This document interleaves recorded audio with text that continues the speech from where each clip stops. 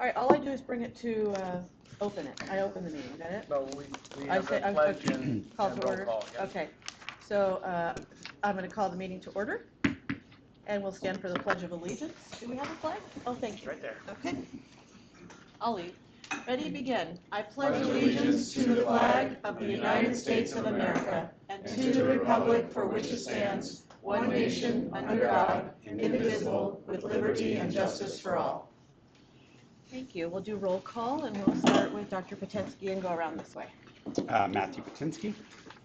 Mike Sharkey. Lee Jenkins, but I'm not a board member. Karen Warner. Donna Lewis. Amy Carney. And our superintendent. Scott Menzel. And our attorney. Nick Muzan. And Gladys is here joining us as she takes notes. So thank you, everybody, for being here. I think it's great that we found a date and that we want to learn how to work together and find out more about how to build team and, you know, this team of 6 that we have that is so important to being effective with our students and our children and our schools and our community and our parents, and what a joy it is to have a blocked out period of time. And Lee, thank you for putting in such a wonderful proposal and outlining the agenda for us. So this is all yours. Okay, well, thank you. It is a joy to be here. It was, I was happy when it came about. I've watched several board meetings, so I have a little more background on what you're doing. And but other than that, I'm here sharing what I think will be helpful. And then I've talked to all 5 of you board members individually. Then I met with Donna and with Scott, and we talked over the agenda, and it's all been joyful. So I'm going to start with a story from Dr. Deming, who told the story about automobiles. And if that name doesn't ring a bell, he lived from 1900 to 1993. He is the American that took Japanese management to Japan. The most prestigious prize that a Japanese business can earn today is the Deming Award. And so he had a lot to say. I got to hear him in person when he was 92. He did a 4-day seminar at 92 and passed away a year later after that. And so anyway, I love the story that he told, and it fits because of what we're doing. He said, if you could agree on who the 12 most outstanding, knowledgeable experts on automobiles in the world were, and you bought the plane fare for all of them, and you brought them here, and you said to them, we want you 12 to agree on what are the 12 best cars in the world, and you bought one of each, and you brought them here. And then you said to the 12, we want you to agree. Now remember, we got the best cars in the world with the most knowledgeable experts in the world. I want you to agree on which car has the best steering system, which has the best engine, which has the best electronics, which has the best suspension system, on down the line. And you took the part out of the cars, and you put them all in one place, maybe in an innovation center. You put them all there. See, you cannot make a car that works with those parts. You can't make it work because they're not designed to fit together. So a couple of reasons for sharing that. I've talked to all 5 of you. I know you have great thoughts, and if everybody's best ideas were put together, it wouldn't work as a system together. It's different to implement everybody's idea. Schools across the country, we get one group chooses the history book, another group chooses the language arts curriculum, another group chooses the science, and you get the really talented people choosing the best and put it together, and it's not a system that works. There's problems with it, and that's what Deming always talked about, was having a system that worked together. And when you talk, Donna, about the team of 6, this is the team that has the control of putting together a system, removing barriers and implementing things, but a lot of it is removing barriers. So that's the reason for telling that story. Another thing I want to share with you is that, again, from Dr. Deming, he talked about that there's only 2 kinds of problems in the world. I thought that's kind of nice to know that there's only 2. And there's common problems and special problems. And 95%, as he estimated, of the problems are common. They're not special. So I was, and then he said, there's only two mistakes you can make, which is kind of interesting to simplify it. One is a problem comes to you and you think it's special, but it's really common. Or it's a common problem and you treat it like it's special. And you never live a perfect life where you always make the right decision on that. So I'll tell you a couple stories, a couple assistant principal stories. First 3 assistant principals and then our principal, knowing you were talking about assistant principals in your board meeting, so I thought that was apropos. But it was at an urban middle school, Oklahoma City. 3 assistant principals. One did grade 6 discipline, one did grade 7, one did grade 8. And said, you know, I do realize that you're just swamped with discipline problems, and all 3 of you are busy all day. Could you take 2 hours a week, each of you, and you go off and study this system, trying to figure out how to improve school discipline, and the other 2 would cover for you for that 2 hours? No, we can't do it. We got too many discipline referrals. We can't do it. So they're acting like that every discipline problem coming is special. And there's nothing common about them. They're all special, and everyone has to be dealt with uniquely. Then I was in Minnesota, a middle school, a principal, and his discipline was going down every year at a record of fewer and fewer discipline problems each year over an 8 or 9 year period. And so I just pointed to 1 year at random and said, okay, what did you do that year? He said, I called in my 17 high flyers, the ones I saw a lot. I called them in and said, whoa, scared me. I called them in and said, I want you 17 to tell me as your principal how to make this a better school. They talked for 90 minutes. He took notes, made 2 school-wide changes based on the advice of the troublemakers. And not only one of them had a discipline referral the rest of the year because they were listened to. But that's the difference between looking at everything like it is special when it's really common, and understanding, and maybe one of those 17 kids really was a special problem. But he was saying, but probably most of the things are common, they're built into the environment, and they're rebelling against what's in the environment. It's a common problem. It's so easy for us to get mixed up on that. Parents, for sure. Their 8th grader doesn't want to go to school anymore, and the parent thinks they have a special problem. They don't have a special problem, it's a common problem. And so what can we do and in looking at a system and working together and having the best school system possible? Most of what we face are common problems. And it's this group right here that has the most power to look at the common problem and fix it. The employees are almost always, they're in a system that they have no power to fix. They can change their classroom, and it gets better for the year, but then the problem resurfaces the next year with a different set of teachers. So that's what's in my mind as I talk to you.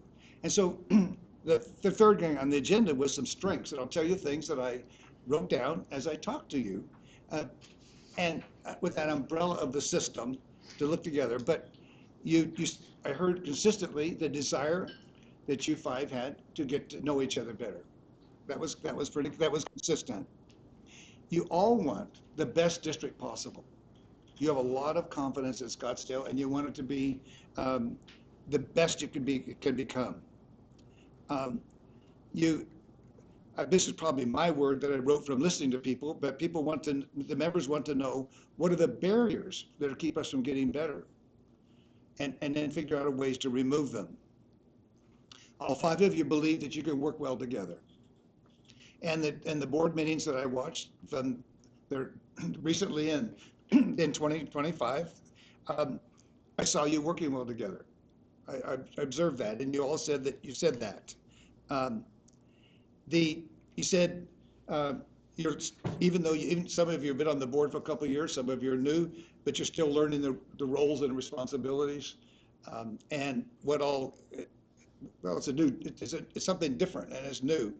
Um, you all talked about student learning as a priority. That's where your heart is with the student learning, and then you got a good start this year with the new board. Um, there's just some other things that I noticed that you assume that the other people on the board have a positive intent. You might not, sometimes you wonder what the intent is because there wasn't time to explain it, but you do assume that it was a positive intent, and you want to know what somebody's thinking. There is a need for some collective goals for the board. Dr. Deming would say, because companies all over were hiring, and there were posters everywhere in these companies, trying to be the best company. He said, I never ever once saw a poster on what management was going to do. It was always posters of what the workers were going to do, never what what management was going to do. And so when I hear you say you want boards for the goal, goals for the board, that's not normal.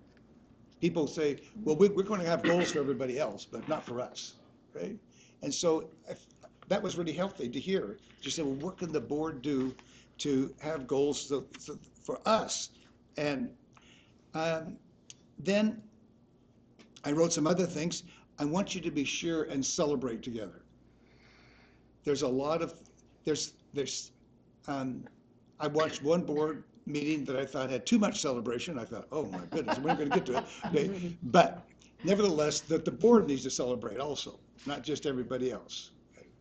So then there were some things as we worked together in our time. I'll just list some frustrations that have come up.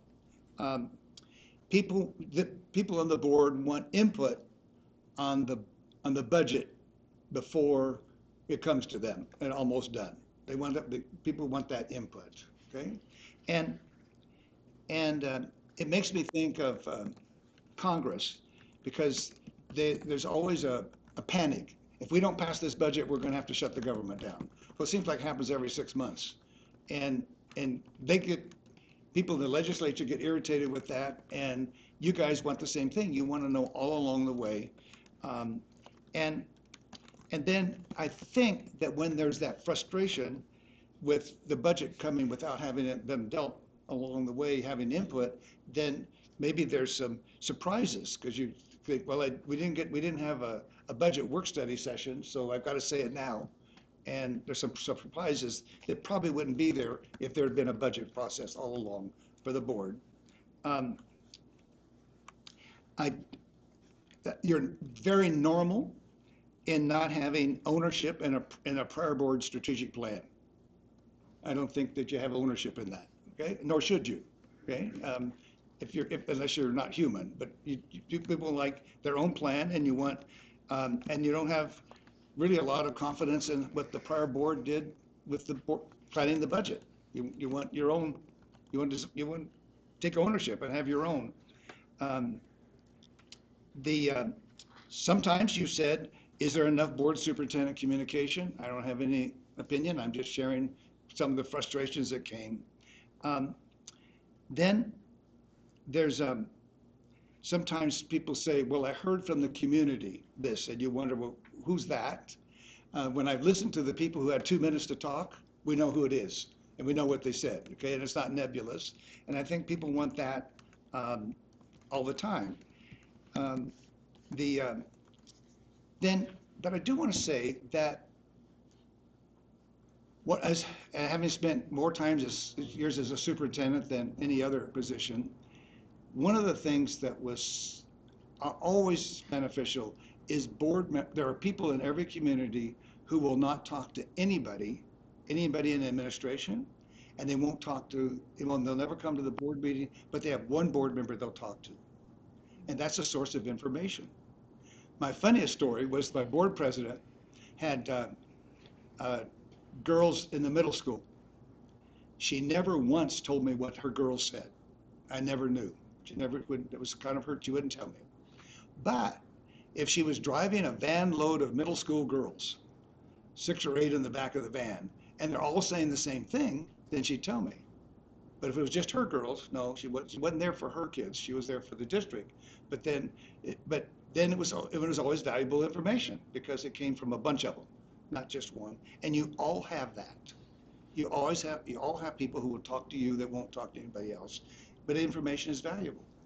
And so I think that's it's something that is information coming that you might not get any other way. And so we need to honor that. I think board members want more information on student learning. Education is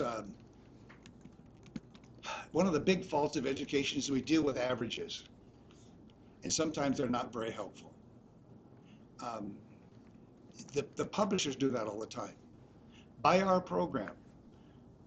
92% of the kids learn to read. And I think, why would I want to buy that? What about the 8%? What if my grandchild was one of the 8%? I wouldn't want that. Okay? They say, well, we're better than anybody else. Well, that's not good enough. But we do that all the time. We compare averages, and I think you want more details than that. I don't know that for sure, but I'm just putting some things together from it. And then I had one of you say, it would be good to know what are the non-negotiables. When a person has some things in their mind that they're not going to negotiate on.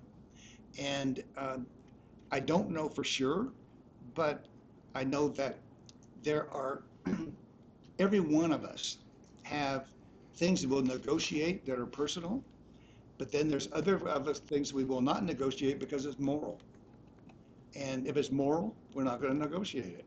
If it's a personal opinion, then we'll negotiate with it. And it's kind of nice to know, if, I'm not going to negotiate that. And one of the problems we have in our society is that people have taken moral issues and made them political. And then they say, oh, we can't talk politics. Well, it's really not a political issue. It's a moral issue, and somebody called it political. It's not political, it's moral. So anyway, that's one of the things that you said to me, just kind of sharing the conversations. But it's been positive and wonderful, and I was just thrilled that I had that time to talk, and probably an average of an hour with each of you. It's a little less or a little more, but you just opened up and talked, and I took notes. Can I make a big difference to the district because of that 5 hours? I doubt it, but I had a good time, and I can have a good time now. So that's where we are. Then I did bring in a fishbone with you, for you, and I'd like you to look at that. And just, is I going to take your fishbone? I may have here on. It's okay, we can share. Okay, it's okay. I've got one in here. I printed one off. I did. Mine if you like. have one.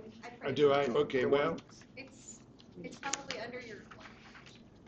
Anyway, here's one now. okay. I didn't put together a whole lot of things to share with you because this is a retreat and it's a work session. It's not for me, it's not a workshop. I've done lots of workshops. I know the difference, okay? So I'm not in front of you making a presentation, but I do want to help guide thinking. And the fishbone is one of the best devices I've ever seen for groups of people to work on what are we going to do together. And in the head of the fishbone is the aim. It's what is it we want to accomplish. And you have to decide what would be the most important thing for the board to accomplish. I can give you an opinion based on what I've listened to over board meetings, but I might not be right. But I learned as a superintendent that if I went to the principals and I said, we've got this problem, what should we do? I got nowhere. If I wrote out a rough draft, they could tear it all apart and we got something really good. But they needed something to react against, okay? So I'm gonna suggest something that could go in there, but it might not be what you want, but it helps you to say, oh, no, not that. This is what we want. Is that okay? Okay, so I think what you want in here as a board, as a priority, is to stop the loss of enrollment. That's what I think you want. What can we do to say we're not content with losing 200 kids every year? Even though it's happened the last 10 years, we're not content with that. Now that might not be. It may be something on student learning. And you've got some schools that are doing really well with student learning, although none are perfect. You've got some that need more help. It might be that. But then,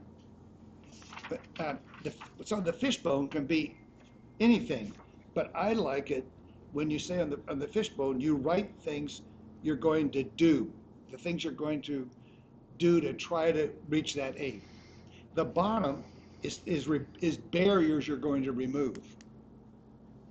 So there's the negative, that's kind of the negative, but it's things within the system that are keeping us from getting where we want to be. And on the top is things that do not exist now that we want to do. And just pass that back. I think that was Amy's, yeah. That's Nick's. So then, and one other thing about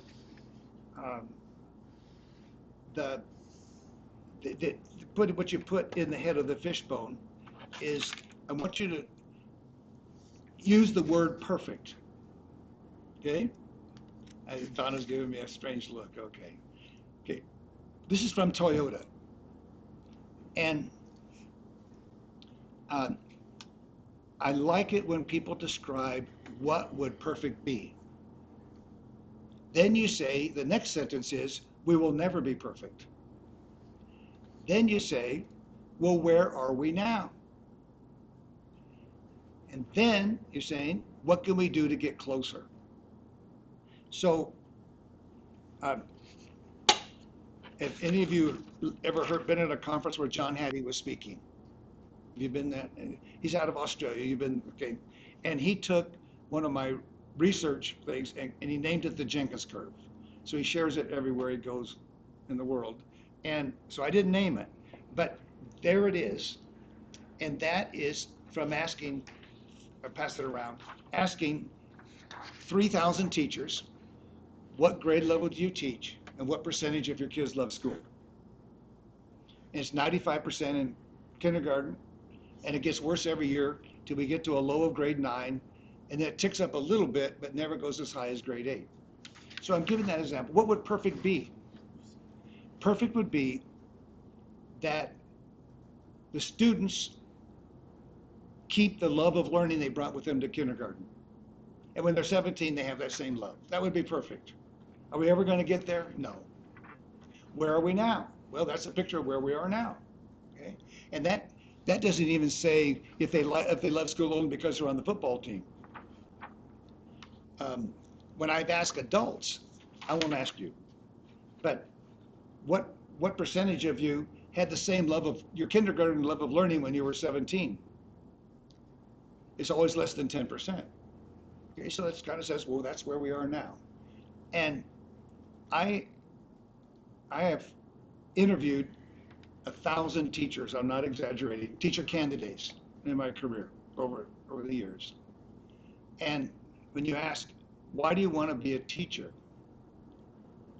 They don't ever say, I want to teach them to play the game and get good grades and not learn anything, but just play the game and get good grades. They don't say that. They want them to learn and they want them to love school. And so that if you said, well, that's what we want.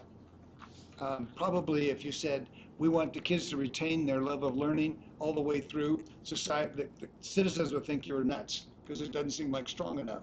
But actually, if they still have the same level of learning when they were 17, the number one complaint in the staff room would be, we can't keep up with what all these kids want us to teach them. Yeah. But anyway, that's just an example, but don't shy away from the word perfect is what I'm saying. What would it be when you write that, what's in that head of that fish, when you talk to each other and say, when you agree on something, it's okay to say something that's perfect, because you know you're not going to be perfect. But then the next step is, where are we now? And often we don't know where we are now. We would have to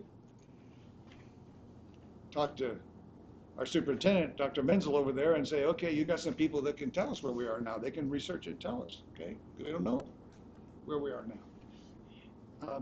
So anyway, I want you to say, just talk to each other for a while. What would it be if this was you had your dream come true, that this was the best district ever? What would that aim be that we would all work together towards, and we try to make all the pieces fit together to arrive at that? What would you want? I'll start. I would say I want SUSD to be the school of choice for all Scottsdale families. Okay? That's what, when people ask me, what's your goal being on the board, that's what I've been saying. I figured it took me about a month or two to figure that out, but that everything else drives from there, and the finances and attendance and that. And so. Okay. Other thoughts? I was going to say the first choice of families, but it's the same difference. Okay. School of choice, first choice of families? Yeah. Yeah, I think we're in a very competitive environment, and I said the same thing when I was running for the school board, is that we have got to do something to make us the top choice, and that family, we got to learn why families are not choosing us, and pivot to pull more of them back in or to retain. I agree with everyone. So Okay. do I. Okay. Do we know where we are now? Do we know what percentage of the school-aged children who 56. live in Scottsdale, what percent? About 56%. 50%? 56. 56 to 58, yeah. I'm sorry, 50. 56%. 56%. I mean, it'll vary by grade level, but Okay. overall about 56%. 56%. Okay. And it was about 70% 10 years ago. Okay. So if that's what perfect is, write it in there, that in the head of that we're the school of choice. That's what perfect would be, that every family would choose SUSD.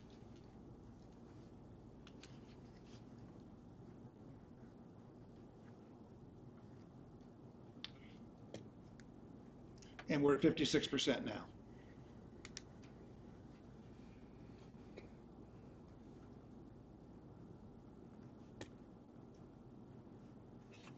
So let me give you some thoughts then, based on what you said, and what Amy said, finding out why their choices, okay? A couple thoughts.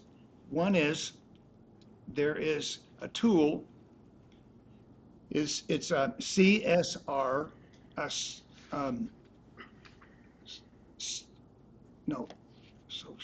SCR, Social Circle Research, SCR, Social Circle Research.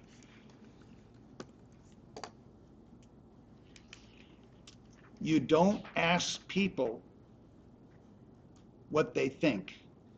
You ask what their friends think. And they will tell you what their friends think. In the high school,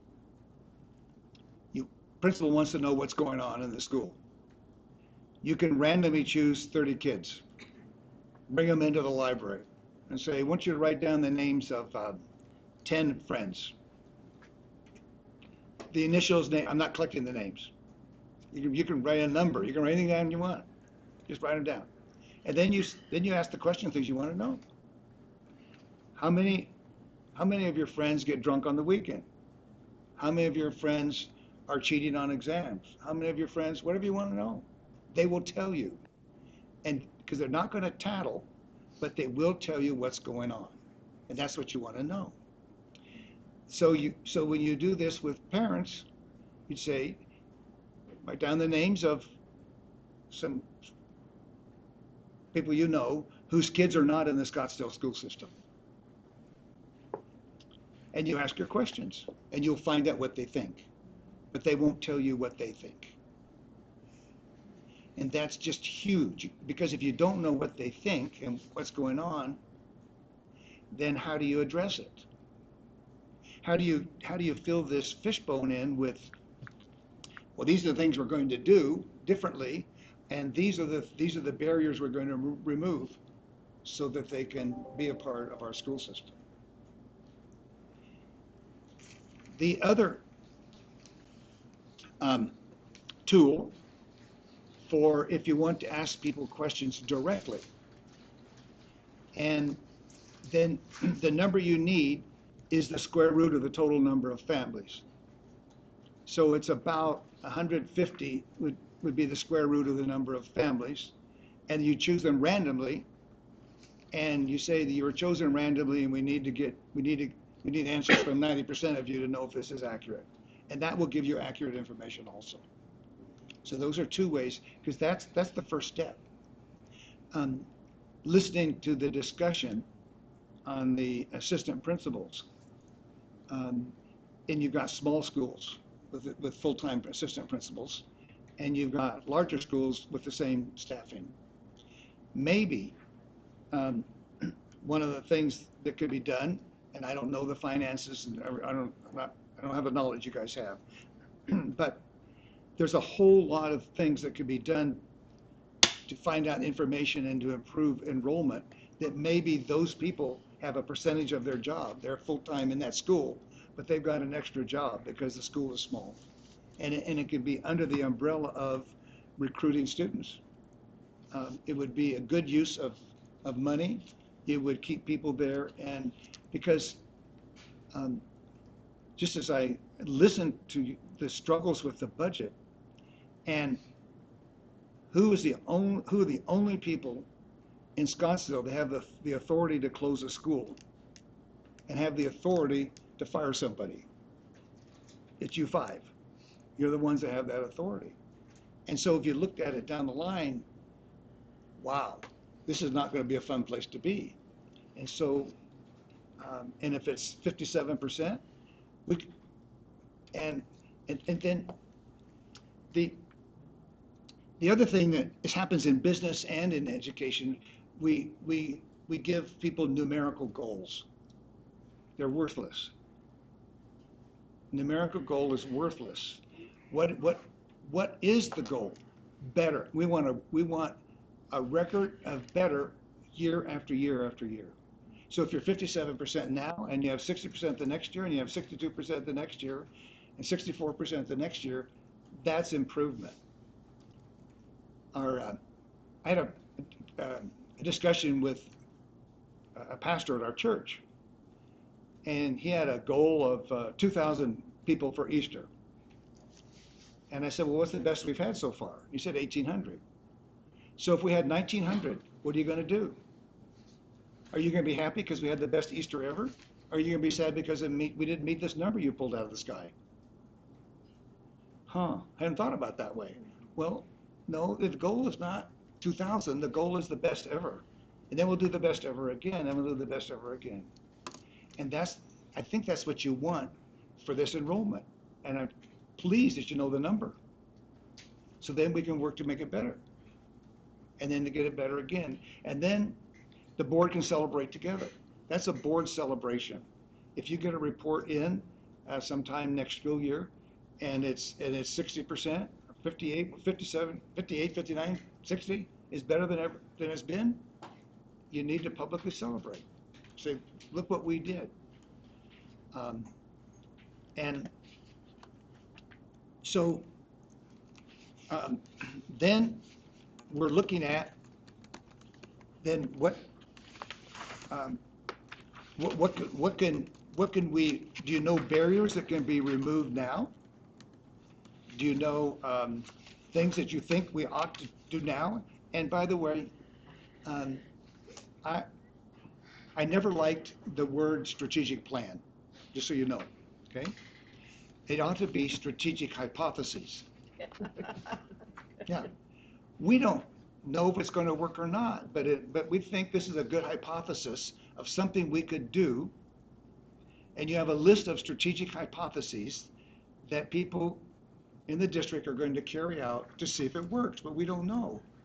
And if it doesn't work, you can say, well, that didn't work. It was a hypothesis. Tell me anywhere in the world where every hypothesis comes true. Nowhere. Okay, so we'll test it out. We'll find out. So you can put on the top hypotheses you want to test.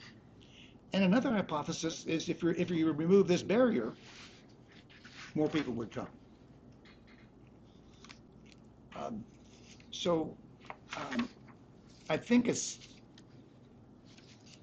and it is, this also talk about when you're looking for why, look for root causes. Because people sometimes don't give you the whole reason. They need a root cause. My favorite root cause story came from the Jefferson Memorial. And some of you may have heard that before. But the stone on the Jefferson Memorial in Washington, D.C. was crumbling. And they asked the workers, why is the stone crumbling on the Jefferson Memorial and not on any other memorial? They said, because it has more bird dung. We have to hose it off, these power washers. Well, why does it have more bird dung? He said, well, that's a silly question. It has more birds. Well, why does it have more birds? Well, it has more birds because it has more flying insects for birds to eat. Well, why does it have more flying insects? Well, it has more spiders and other critters for the insects to eat. More gnats. Why is that? Well, they found out they turned on the lights on the Jefferson Memorial an hour earlier than the other memorials, attracting all the bugs. Turned that lights on later and stopped it. So you want to know, really get to the root of it. And it's good for the board to say, okay, you told us what this problem is. Well, why did that happen? And they, okay, well, they have to think about it. Why? Then, okay, well, then why did that happen? And it's been common to call that the 5 whys, and some of you have heard that, but it's, why till we can find out why is this happening? I mean, I'd like to know, just from listening to your conversations, why, in my whole career in education in California, why we had to have our budget approved before the state got their budget done. Why? I don't know the root cause of that, and maybe it's because everybody else is on a calendar year, and we're the only ones that aren't. I don't know, but I mean, it's just, I know they do it, but I don't know why, and I'd like to know why do we get some whys, okay? So take some time, talk to each other. What could go on that? If that's what I think you've agreed that's what you want there, that we are the district of choice for all SUSD parents. Okay? And we know where we are now. What barriers do you think we can remove? And what can we do to attract? So on the attract side, I'll say improve academic outcomes. I think that's something that we can control. Okay.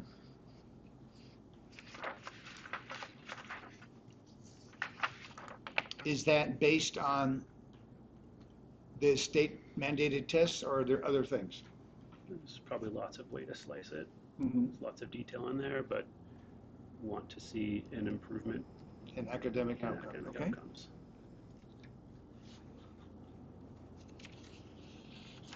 I think there's a lot in that question around what academic outcomes means. Mm-hmm. That is it growth?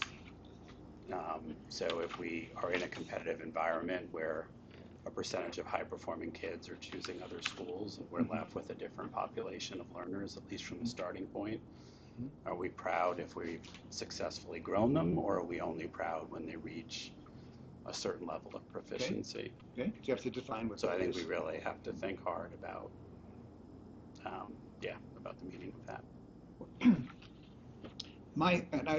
When I've thought about that, I know that at Basis, right down the road, I was going to talk about basis. Yeah, yeah, that's where I was going to go. Yeah. That was what was in And, my head. okay, I don't know if I'm right, but what I've been told is they're one grade level above everybody else. Is that accurate, you think? Probably at least, It's what? probably at least. Okay? And so, but they're limited by what they've set up as a curriculum. I mean, the child's not gonna go even a lot further. And, And they select out kids who are not. yes, they do that. I So know. when you get to their graduating class, you're not necessarily looking at the value-added basis. You're Yeah, looking right. at the small percentage of kids relative to who Survival. started. Yeah, it's a survival. So, one of the things that I've been working with, And I have nothing against, just because Yeah, it's no, publicly but- recorded, I have nothing against No, basis, to be no, clear. yeah. But it's why I think it's important as a Mhm. public school district, sure, we have to educate Mhm. and get to educate all kids. we need more ways in our schools for kids to, I call it an elevator. It's possible to get on the elevator and they just go and go and go and go. And so one of the things in the system is there are teachers who excel kids really well. So my wife and I are working in inner city Phoenix at a Christian school, half a day each week. And there's a classroom we're in, a first grade, and it's all urban kids. Not all, but mostly. And one of them is we're doing fifth grade math in first grade. And we're thrilled. But they don't have a system set up. If we don't do something, he's going to start second grade with 6 weeks review of first grade. It's not, I mean, so there are teachers who really do excel with kids. They do. But then the next year, it falls apart. So that's what when we talk about system, that's what you want, is a system that keeps it going so that when these kids excel, we don't lose it. They just keep going. I mean, I'd love to have you say, oh my goodness, we got this problem. We need to put 6th and 7th grade teachers on the elementary campus because we got so many kids that are doing so well. And we don't want to send all our 10-year-olds over to middle school, but they need that, and so we're going to bring a 6th, 7th, and 8th grade teacher to this elementary school, and we're going to do it. That's a system, as opposed to an individual teacher that meets their needs and then it falls apart. But so anyway, it's certainly what you said, academic learning. There's other ways, lots of ways to define them. I think we have to right-size the district for the scale that we operate now in order to grow again. I mean, the analogy I use is we are a kind of a basketball fan base in a football stadium. So you put 17,000 people in the Suns arena and it's rocking and it's so much fun and it feels full and energetic, but you put them in the Cardinal Stadium and it's going to feel like crickets. And that's the situation we're in now, is that we're spread out across so many different schools. And with that, I think we have this spread of resources and the spread of energy and the spread of families and spread of leadership, that if we can begin to consolidate a little bit, as difficult as that is, I actually think that becomes the springboard to grow again, because families are part of these really vibrant communities that aren't arguing about whether we can afford an assistant principal, or whether the principal has to be the crossing guard, because we can fully resource the schools we have, as opposed to spreading our energies elsewhere. So I would put kind of right sizing to Do we know our capacity? If we were like 95% at every school? So we have capacity numbers. They haven't been updated since 2019. So we have an intern coming in this summer to do some of that update. Ballpark? I'd have to pull it and see, so I don't have the actual number, but we have quite a bit of capacity. There are 2 buildings historically that we have to close open enrollment because we bump up against capacity in those buildings. All the rest have room to grow. Okay, but 27,000-ish, like something in that ballpark? Is Dennis still here? Many schools are at I half said Dennis and then he left. capacity. No, I understand. I'm saying if everything was at 95%, what Yeah, would if that be? everything at 95%, and we're at we were at 22 when I got here, and we still have the same number of buildings. Yeah, we could easily accommodate 27,000. Okay, I'm just trying to understand how, to your Yeah. point, how You'd have underutilized to we are. decide. I mean, the issue What's the becomes football What's the size of the stadium football where's the demand, right? So Cheyenne is a non-boundary district. We always have a wait list in kindergarten, and then it varies by grade level. Mhm. You have 3 non-boundary schools, all the rest are in boundaries, and depending on where people live, some don't want to commute as far. So if their choice became something that was a further commute, then they might make a different choice, whether it's a charter that's located in Scottsdale or a neighboring public school. So people have choices, but we have capacity. But we're 20,000 students in a 27,000 That's, Yes. that's capacity. just good to get a feel for the size of the Okay. problem. You brought up something just by saying a boundary. Do you have a attendance boundary or is it a transportation boundary? So it's an attendance boundary for all but 3 schools. But under Arizona statute, we're open enrollment both within and outside the district. And that's by state statute. I think we've been open before the law changed here. But students and families can choose whatever school they want, provided there's capacity to enroll them. So priority is given to the boundaried students. If you live within the boundary of Pueblo's a non-boundaried school, so these kids come from all over. But if you go up McDonald here, you're at Kiva, that's a boundaried school. So the students who live within the boundary have priority. When you have excess capacity, that's opened up to other students both within the district and outside the district until you get to the point where there's no more capacity to take additional students. The reason I'm asking that, just brainstorming, sometimes there's people that want to go to another school in the district away from where they live, but they'd have to take them there every day. Right? Right. Right. And so one thing to consider is having, instead of attendance boundaries, a transportation boundary. We won't go anywhere in the district to get you, but if you get your son or daughter inside that transportation boundary and the bus stops there, they can get on the bus the And rest of the we way. do that. You do? So if you can get to a stop, so if you're in a neighboring district and you want to attend one of our schools, we won't drive into that district to get you, but if you can get to a stop in the district, we'll Yeah, transport you okay, the rest of the way. okay. So you were pointing out right sizing as an action to take or a barrier to remove because of the, I just couldn't quite get it doesn't have to fit in those 2 categories. I was just trying to think about right Think of it sizing. more as the top row. It's more of an enabler to be able to concentrate our resources I see. in a smaller number of schools that have the fullest offerings that we could possibly And ultimately bring to to bear. help with Which I then academic. think attracts them to bill back out. Okay, Again, would be the hope. okay, thank you.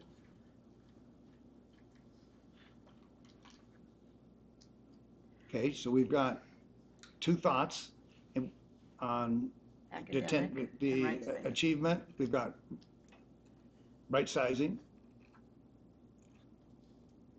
I think parents need to trust where they're putting their kids. It's their most precious commodity, and we have lost trust.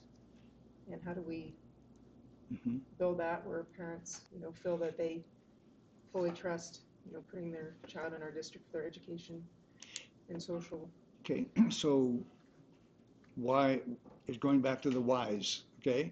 They lost trust, why? I think there's probably a lot of reasons. Breakdown in communication. I mean, if we go back to COVID, Okay, I think a lot started there. And we still haven't recovered. mhm. Okay, so then we have to say, I would put that under the barriers, or I think I it's don't a know. barrier to break Yeah, it's a down this barrier. They've district. lost trust, and what do we do to remove that barrier? Are we filling this out as we're going along? I'm just note taking. I don't know that I it's need a filling pencil. out. I'm just- You don't have to write it on there, Yeah, I'm yeah. just playing. The visual is categorize. there, yeah. Yes. It's, you know, you Yeah. get the idea. That's how I work. I do think there are some really important theological reasons parents go to Christian-based or religious-based schools that I would want to continue to honor. Sure. And that is, I don't know, you used the phrase, is within our control, that may not be in our control. And I don't consider it a barrier, but it might be relative to our goal. Mhm. So I do want parents to be at comfort with theological choices to go to Christian or Muslim or Mhm. Yeah, but we also want those people to still come to our schools that we don't want them choosing I mean, you know, families of Yeah. faith should absolutely be coming to their schools, and I think that's an area where we're losing, that we don't need to lose. I see. I mean, that's what I see. Families of faith absolutely want them in our schools, right? I mean, Mhm. that never was a problem, so we need to how do we do that? How do we make sure everyone feels welcome? Everyone feels that they're honored for their beliefs and who they are, right? And, That's good. well, I think that's really good. I mean, there's always been That was a Christian good flip. schools. I mean it. There's always been Christian schools. There's more probably, or I don't even know. There's more schools. So I'm gonna add But- in my notes, not for us, just for me, welcome faith-based families, or faith-based families into the public I schools. think it goes with the openly. trust. It goes back to the Okay, trust, right? okay. That they need to trust that their faith is going to be honored in whatever way that is. I mean, I know that when we had kids who did Ramadan, and they were to pray 4 or 5 times within the school day, and we didn't have to, we provided places for them to go during Ramadan. And it was not considered a breach of church and state. It was a way to honor Sure. what that culture was, that religious base was wanting to do. It wasn't led by a teacher, you know, so that was a part of the little lines drawn in the sand about, but it was absolutely a way to welcome the faith of the family. yeah, well, We are the only district in the state of Arizona that has implemented the Respect Project, which is designed to educate, we've done it with our principals this past year, educate our building leaders on constitutionally protected prayer and freedom of religious expression in public elementary and secondary schools.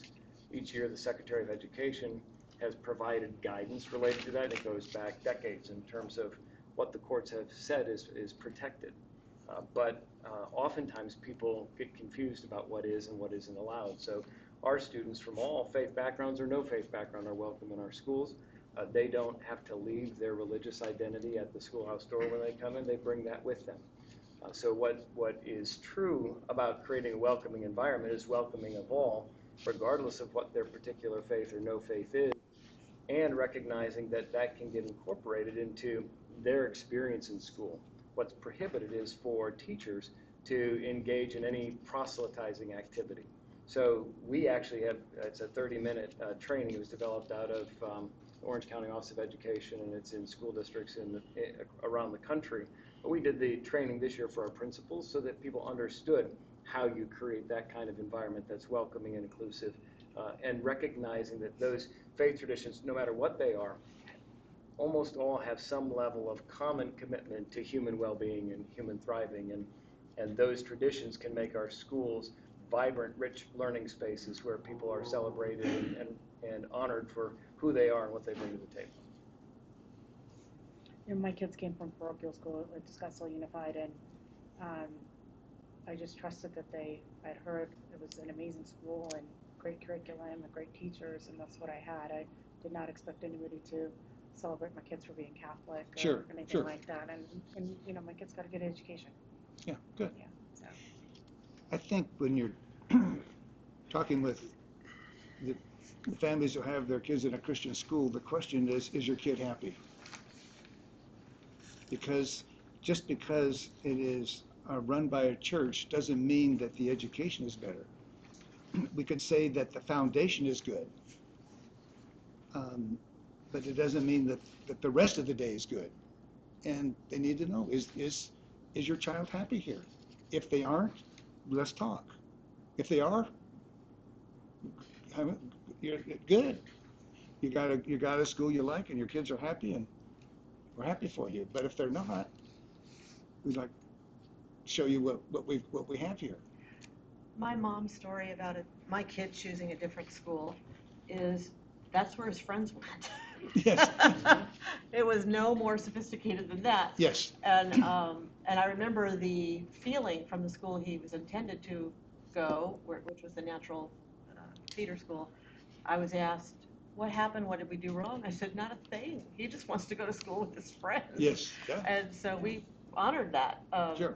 And it was not, I don't know where it lives on Then the our. question is, why didn't his friend's family choose our schools? Yeah, I didn't ask that. That's right. Why? That's Yeah, right, okay. that's right. And I feel like one was the kingpin, and he was eager to get a scholarship in football, and his parents wanted him on the football team there. There's always cases like So that. there is an athletic draw to some of the scholarships and coaches. I know that's a story factor. I don't have anything more than anecdotal on that.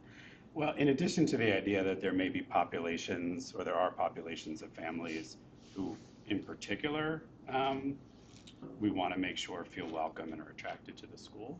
The other thing this has me appreciating is we're not going to get to 100%. I don't think we're all of a sudden Great Hearts is disappearing, Basis is disappearing, you know, PCDS and Brophy were always here. I don't think we're going to get to 100%. I don't think the way we approach this, getting back to the continuous improvement mentality of Deming, is if we can just stop shrinking, that's amazing. That would be amazing. Of what it allows us to do in terms of the we'd be talking not about assistant principals, but we'd be talking about academic achievement and all the things that we want to focus on. So I would add and that's a little bit of the spirit I took your comment was we're never going to be 100%. There are going to be families who make the choices. It was just they make. anecdotal. Yeah. You know, and I would just add the housing, and I don't know what the demographics tell us, and we might want to look at Our that. study session will have a lot of the Housing background stuff. information on this topic. Because I know we have an aging community that can't afford to downsize because of mortgage rates and housing prices. I know our young families can't, it seems, this is my anecdote, we may need better data than my story, that young families may not be able to afford to live in our district, and the housing is out of reach. And our aging, I don't know what our kindergarten incoming numbers are, but when we get to that study session, we'll look at it more. But I know that as our kids grow and age and develop out, what's coming, I know Shannon's been amazingly accurate in her projections. So I'm real curious, I don't know if it would be a barrier to remove or an action to take in terms of understanding housing, but I'd like it on the grid somewhere here. I agree, it's a barrier. It may not be one we can impact. There are things that are out of our control, but it's absolutely something to be cognizant of. And it's a barrier. I mean, the goal was to be the first choice of the families, which would be demographic neutral, so to speak. If there's 100 of them or there's 1,000 of them. But it's a barrier because if you've got the double whammy of fewer families, even staying at the same percentage choice, you're going to still be doing budget cuts. You're still declining. Right? If we're able to go from 56 to 58%, but the families are declining in half. It's a miracle. It's a net loss. We're in huge trouble. Yeah, we're in huge trouble. I thought you were saying the opposite. So it is, Yeah. Yeah, the So larger housing's percent real. of a smaller end doesn't help your bottom line. So, yes. On actions we can take, I'd like to put attendance on there, improving attendance, because that to me is something that's in our control. I know attendance hasn't recovered from COVID. The levels haven't gone back to where they were pre-COVID. And that's something I think we can impact. And that obviously impacts financials, that impacts academics and having students being there. So that to me, improving attendance is something that I think is an action we can take. And with improving attendance, I see that as a getting to the parents problem, right? Lots of pieces, that's a huge part of it, absolutely. I mean, we got to motivate the parents again to get the kids to the school, to get them to the bus stop, right? Because most of that starts with the parents. So how do we make them feel part of this community that they want to make sure their child is And there are a lot of things we're already doing as a district. There are a lot of things we're already doing. I'm not saying we're doing 100%, we can't do any more. I think there's always more we can do. So it'd be good to understand. You guys may have a better idea from being here longer than I have of what we're actually doing. I've started to talk to some people and I want to understand better. But I think that's something that is within our control. And we've seen some success. So that gets back to celebrating success and continuous improvement. Can I add another one? Sure. I just think about teacher retention in general, and that has to do with rapport building and relationships with families, that over time, that if I had Dr. Patensky one year and you had Dr. Lewis the next year, and that we all knew each other's siblings, and, you know, there's a family feeling in a school, that retention of teachers is community. And then that also adds to sophistication in the academics, when people are here longer and get the deeper training beyond introductory training. So I would add teacher retention as an action to continue to take. I know we're all working on it, but I think it's just it's worth noting. Yeah, it's good. Is there a big turnover now among staff, or Yes. there is? Yeah, that's expensive, because then you have to train and hire and all of that. Yeah. Staff has to be treated well. They're not treated well. A lot of them are not. It's Okay. problematic. So if they're not, then it's to work with the administrators on what they're doing. Yeah, whatever reason. What do you mean by that? You're not treated well?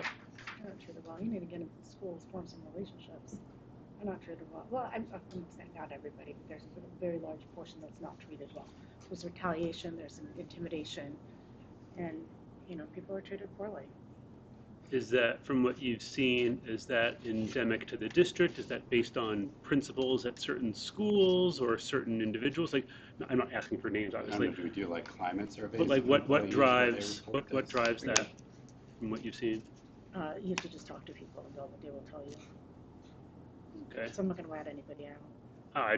I do not want. I'm just understanding if it's endemic from the top down, or if it's this. It's from the, well, what I see is as it is from the top down, from district level, that seeps into the sites.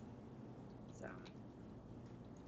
But, you know, I'll just say that in my career, the federal government said we have to improve learning.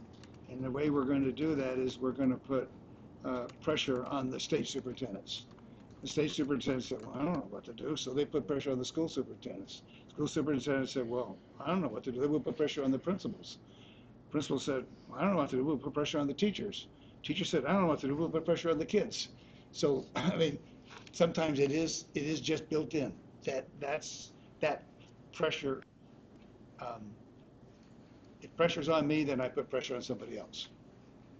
And it's been that way much of my career. But yeah, okay. So I don't know what is on the opposite side of why, Mm-hmm. what might be on the effect.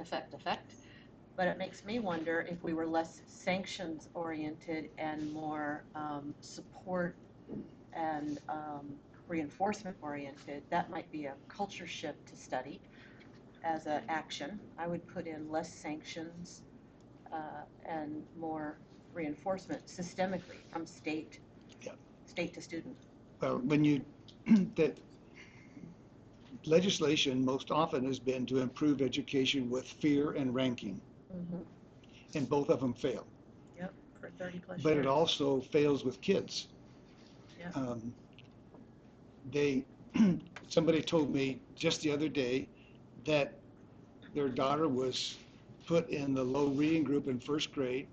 She's now 30 years old, and she'll talk about those feelings of being in that low group. Yeah. That it just, I mean, it's endemic, the things that we have done.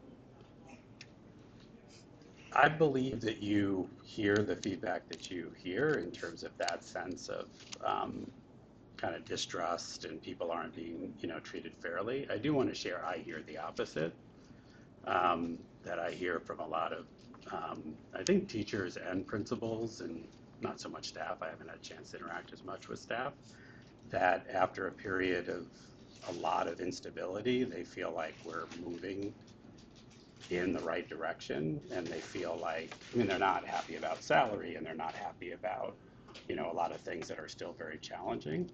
But I do want us to kind of open the space that we may be hearing from different parts of the community or different parts of the school district, and I think you acknowledge that a little bit when you said not everybody, but so I think in terms of how we operate as a board, and that's why I asked about the climate study, how do we both I don't know if this is your general in particular, but how do we both communicate what we're hearing from different stakeholders that feel comfortable talking to us, and also have a common basis of information upon which we make, with which we make decisions?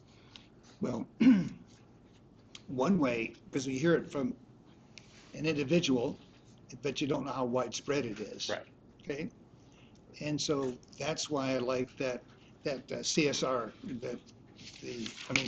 SCR, social circle. And you can do it with teachers.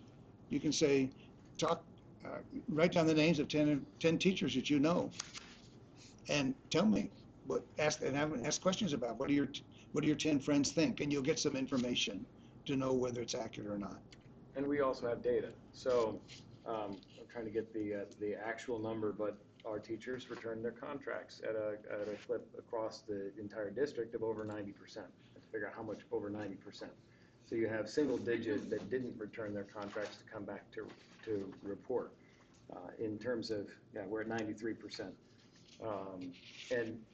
We do culture and climate survey. I think we need to update that because the response rates over time have gone down, and so we need to. Is that the Hanover, or was Well, it was Hanover, and then we took it over this year, but I think we have to retool some of the questions and I know it exhausted me as a parent. exactly. I think that's what people, the fatigue and people just. A lot of them you can't answer, like, I want Right. bathrooms, I don't know, can't even get on campus. So I think we have an opportunity there to customize that piece, but I think we actually have data. And I think it's the combination of the quantifiable data and the qualitative data that is important to be able to bring together to really paint a more complete picture of what's happening. Just like we're not going to capture 100% of the families, not 100% of the staff are going to be happy. If someone has acted in a way that's inappropriate and they get disciplined, they're probably not going to be happy.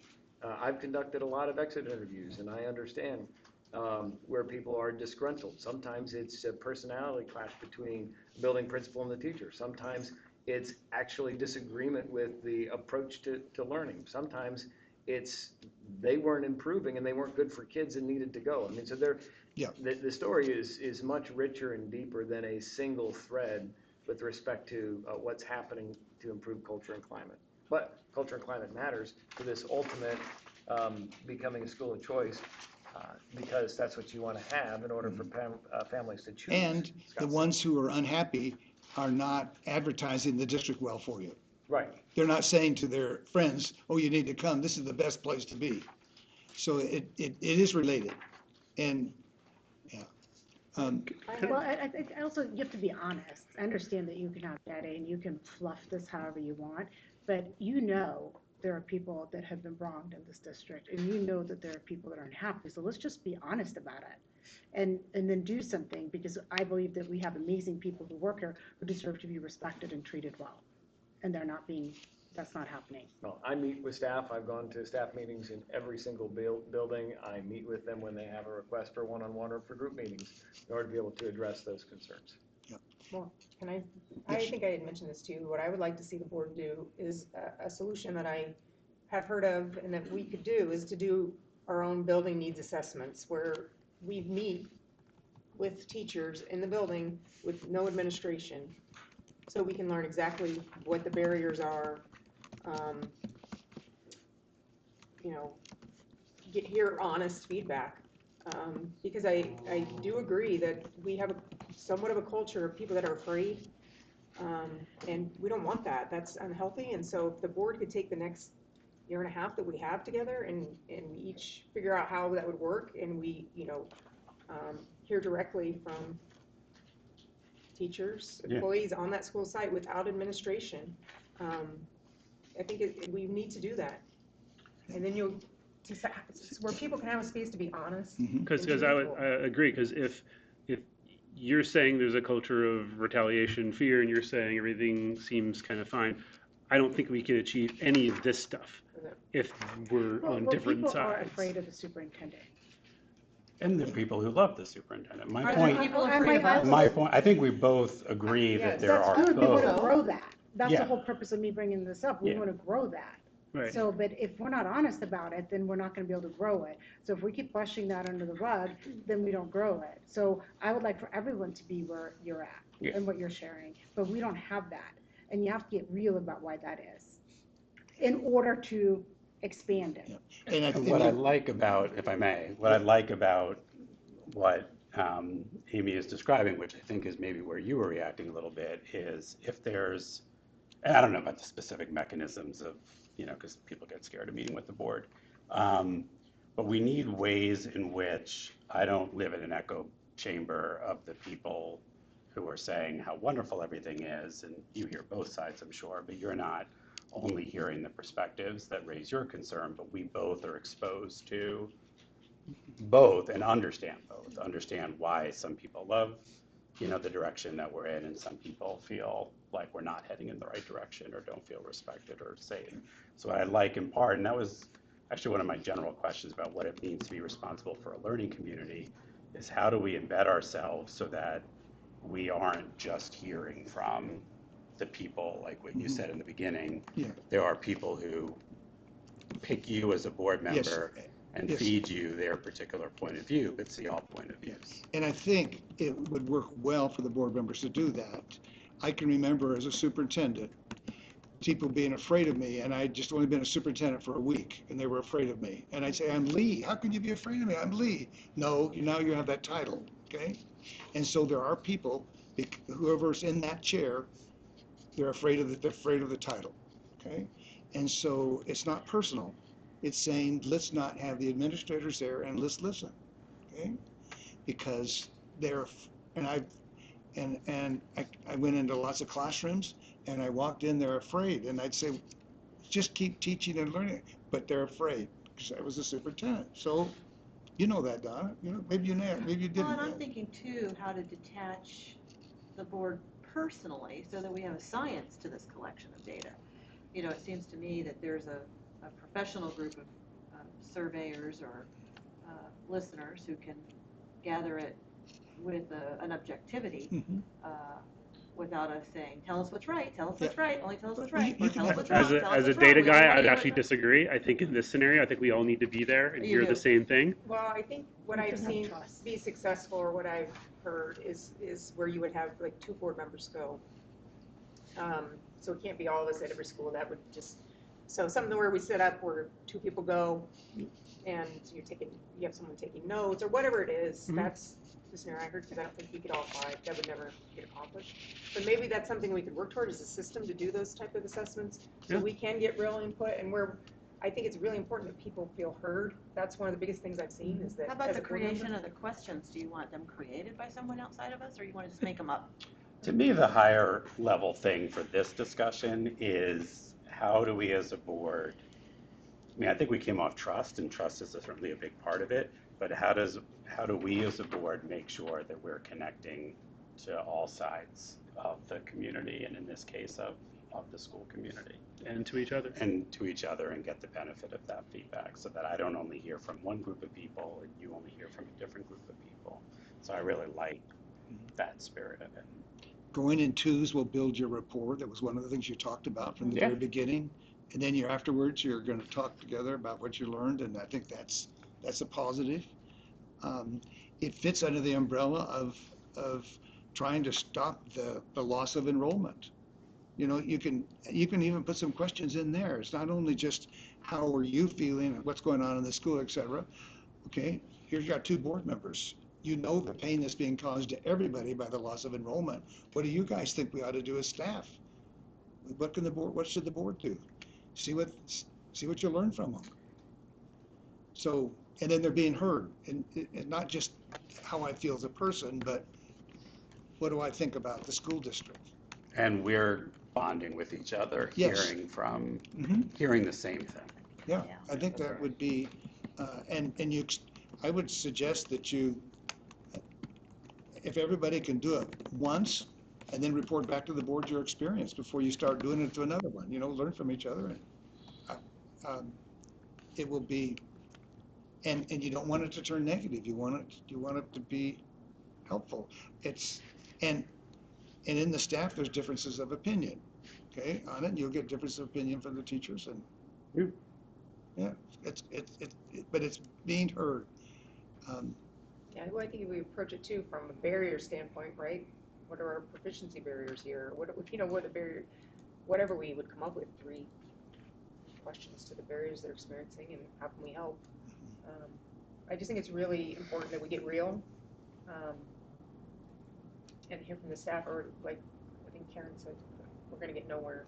In your 2+ years on the board, have you had any avenues to kind of get that other than people coming to you directly? Have there been any sort of, in your visits and all that, like what have you done We actually together? have not been, I would say it's not wanted that we're actually going and having conversations with staff. Not wanted by whom?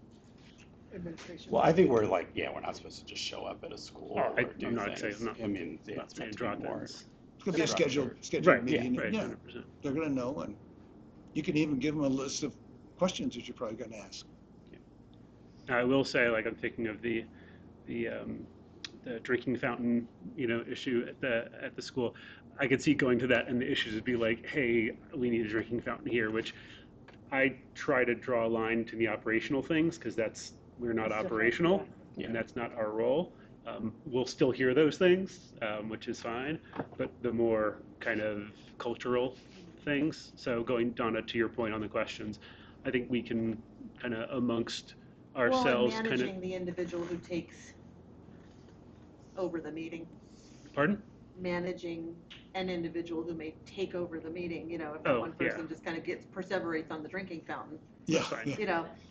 Do we But- have the skill set? But I think to between us, if we say, and look, what else? here are the Yeah. kind of 4 or 5 questions we want to get out there, I think we're experienced enough to facilitate a meeting like that and achieve that in a time. So I like the suggestion, Amy. Thanks.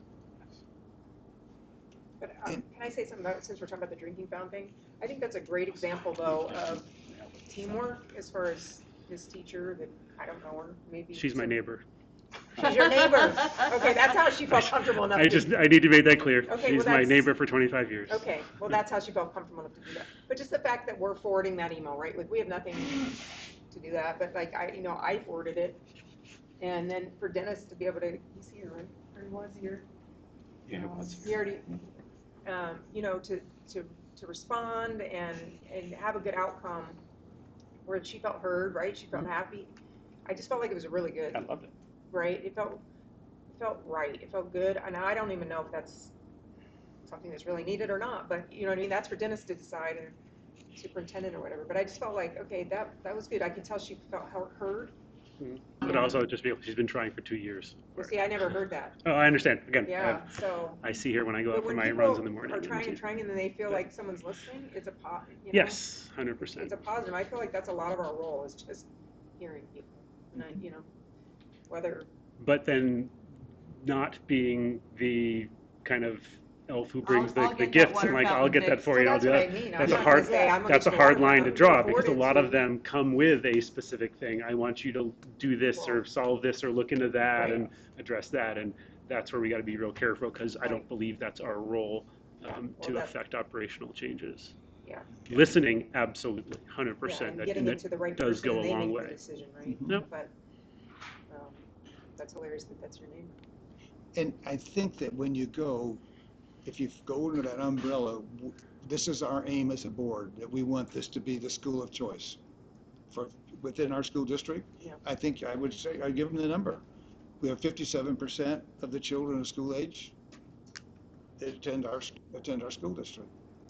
And you maybe even put a number rather than and say, instead of 57%, which is kind of nebulous, just give them the number. We have 19,000 students, and if we just 200, that's all we're trying to keep. If we can do that, look at all the pains we can avoid.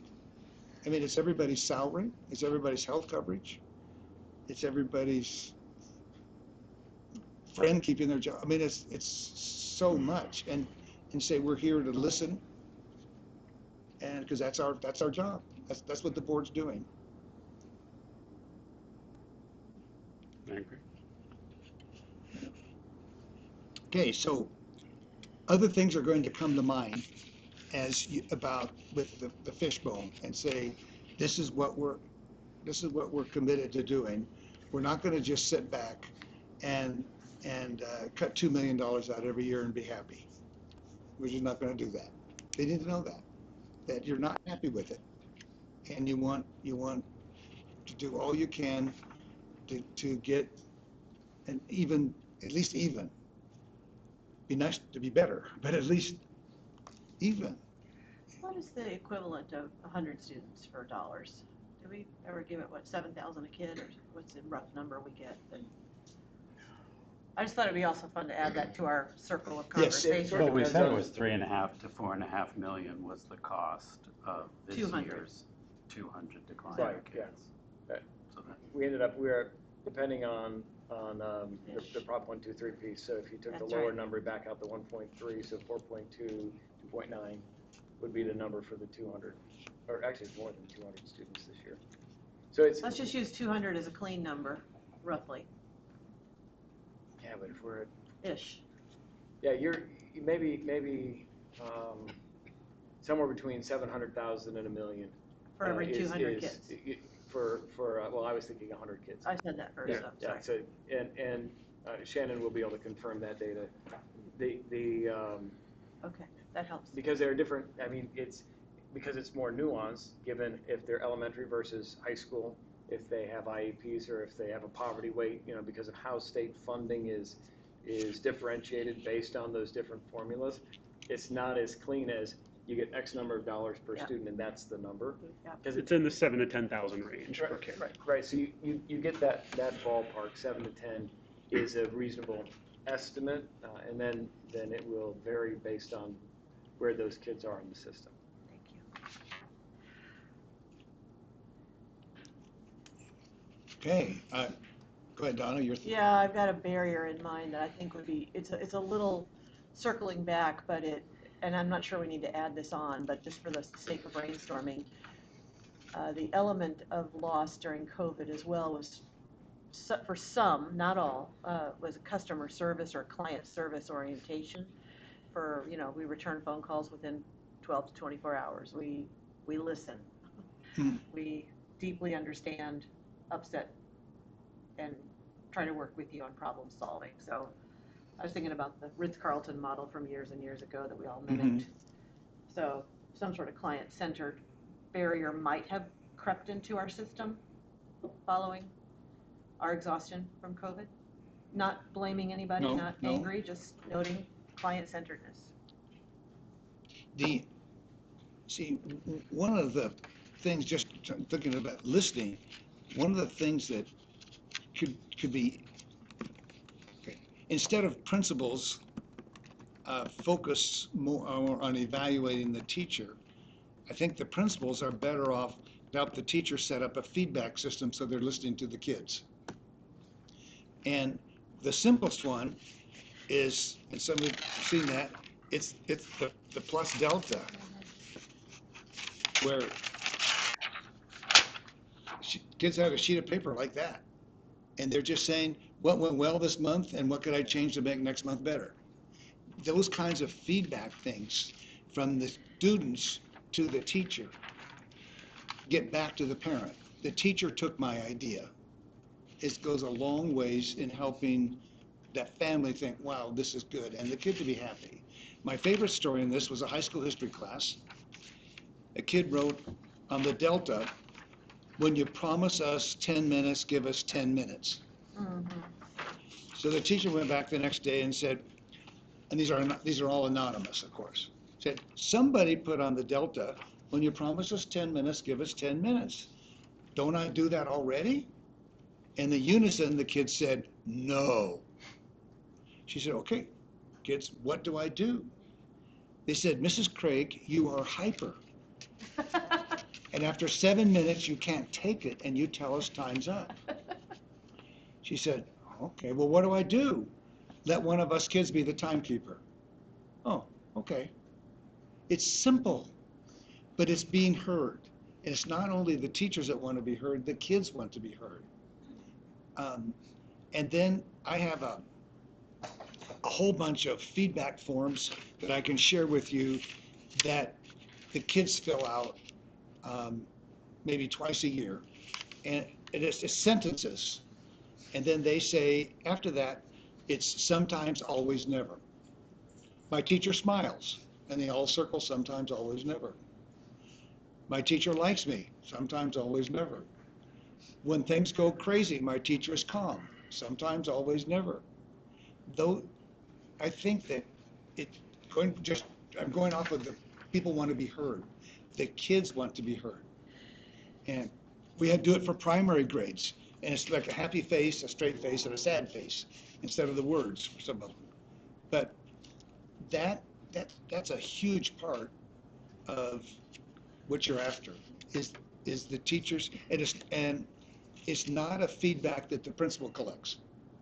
It's not. It's given to the teacher for the teacher, and to go with it.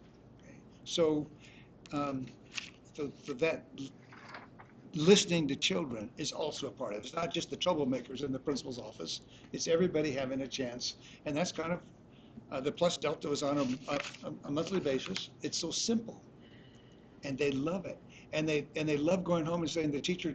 I'm the one that said let one of us be timekeeper. They'll tell their parents that, and so yeah, and so when you talk about on the top end of this, what can we do? We can implement student feedback as a part of what we do. And it's much more, I can tell you that me going into a classroom and observing the teacher for 45 minutes and then sitting down for 45 minutes telling the teacher what I saw is not nearly as valuable as the teacher having this every month. Not nearly as valuable. Or having an AI.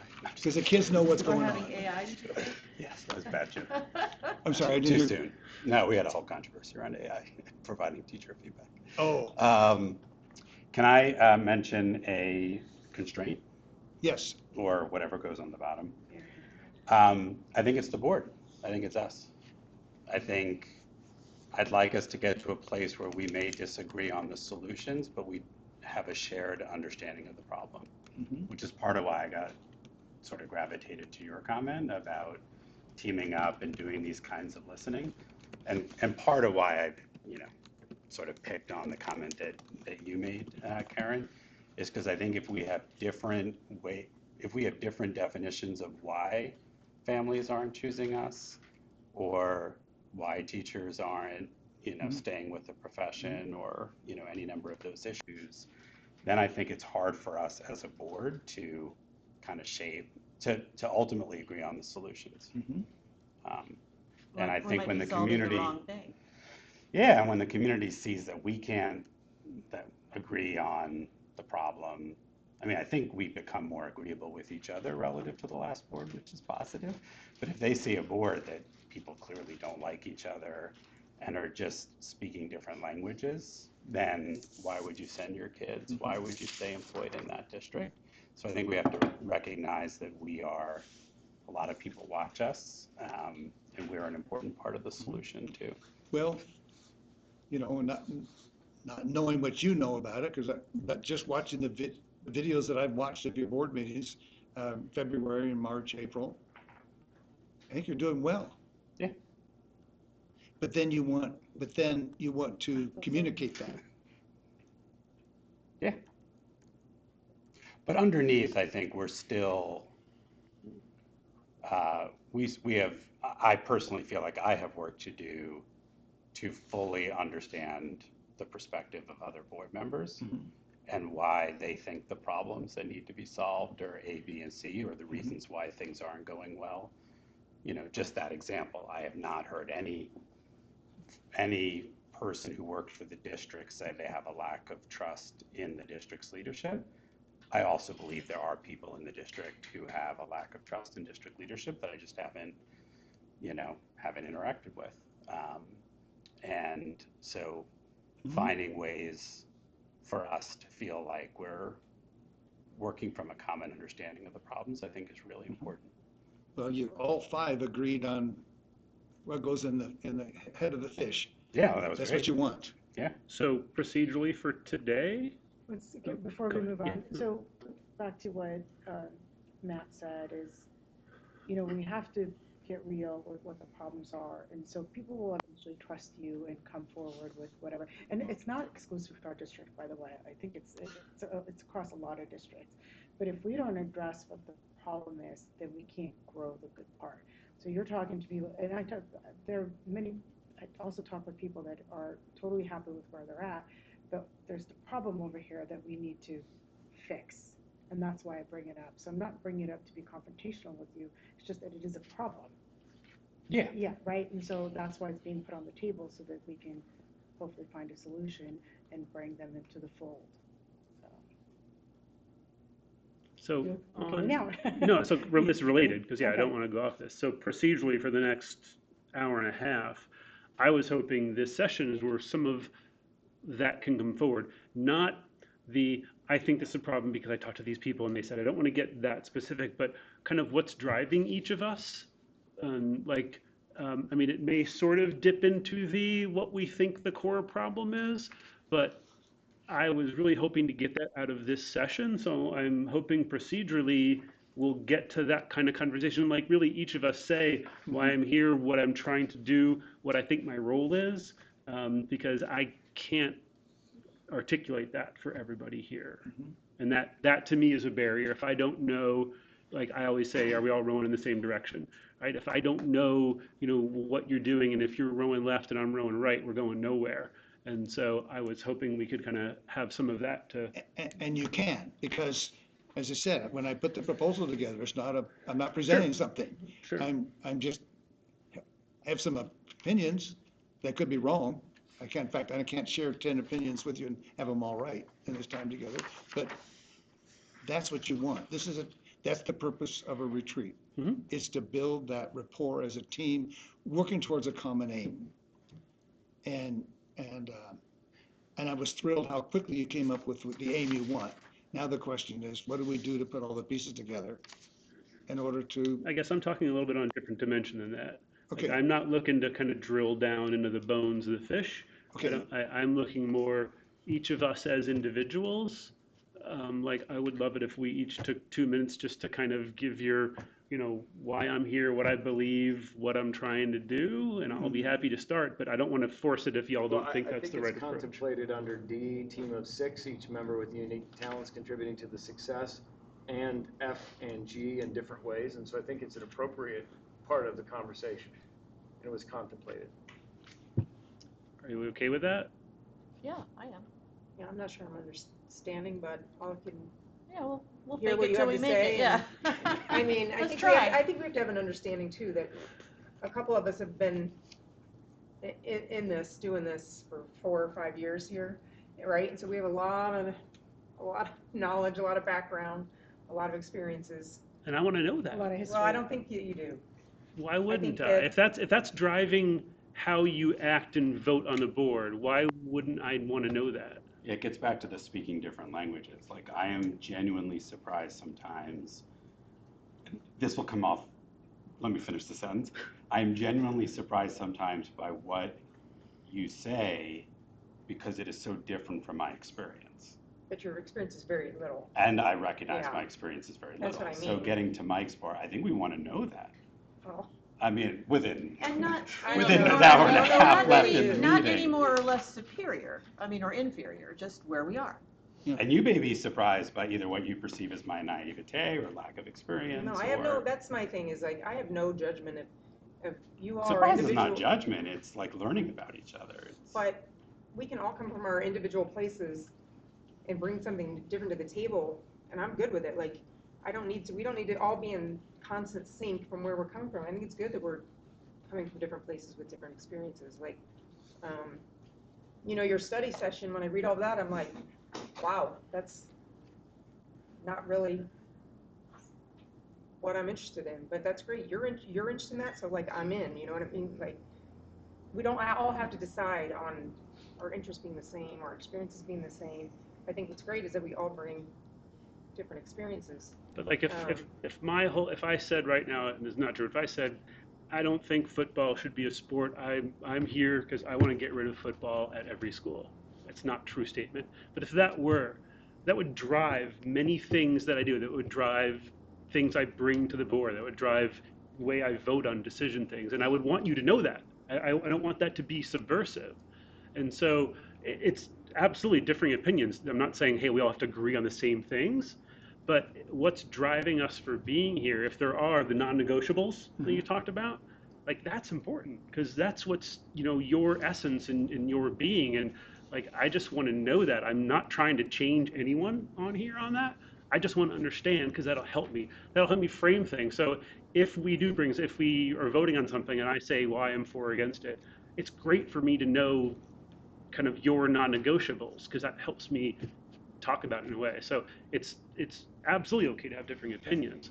I'm saying I would love those to be fairly known, and I'm not saying like tell us your deep dark secrets, but I think your essence, your why you're here, that's really important to be shared. Well, I thought that is kind of why we're all here, right? So this end of the fish. I mean, See, when I talked to the five of you, you wouldn't know what you just said. I mean, I know there's some differences because people have experience and other things they've talked to, but when I talked to the five of you, you all had a really great common interest in the school district. Mm-hmm. But when individual things come up on the board, somebody's going to vote no and somebody's going to vote yes. I do know, just from my prior experience, when the more work study meetings we had, the more 5-0 votes we got. Because in the work study, this is going to come up before the board in 4 months, and we had a chance to all work it out, and everybody talked to everybody and work it out. And when it came up in the final language, there was more 5-0 votes because of that. So I just thinking out loud on what to put together what you want. I don't know your schedule. I don't know what you do as far as board meetings, but a work study once a month and a board once a month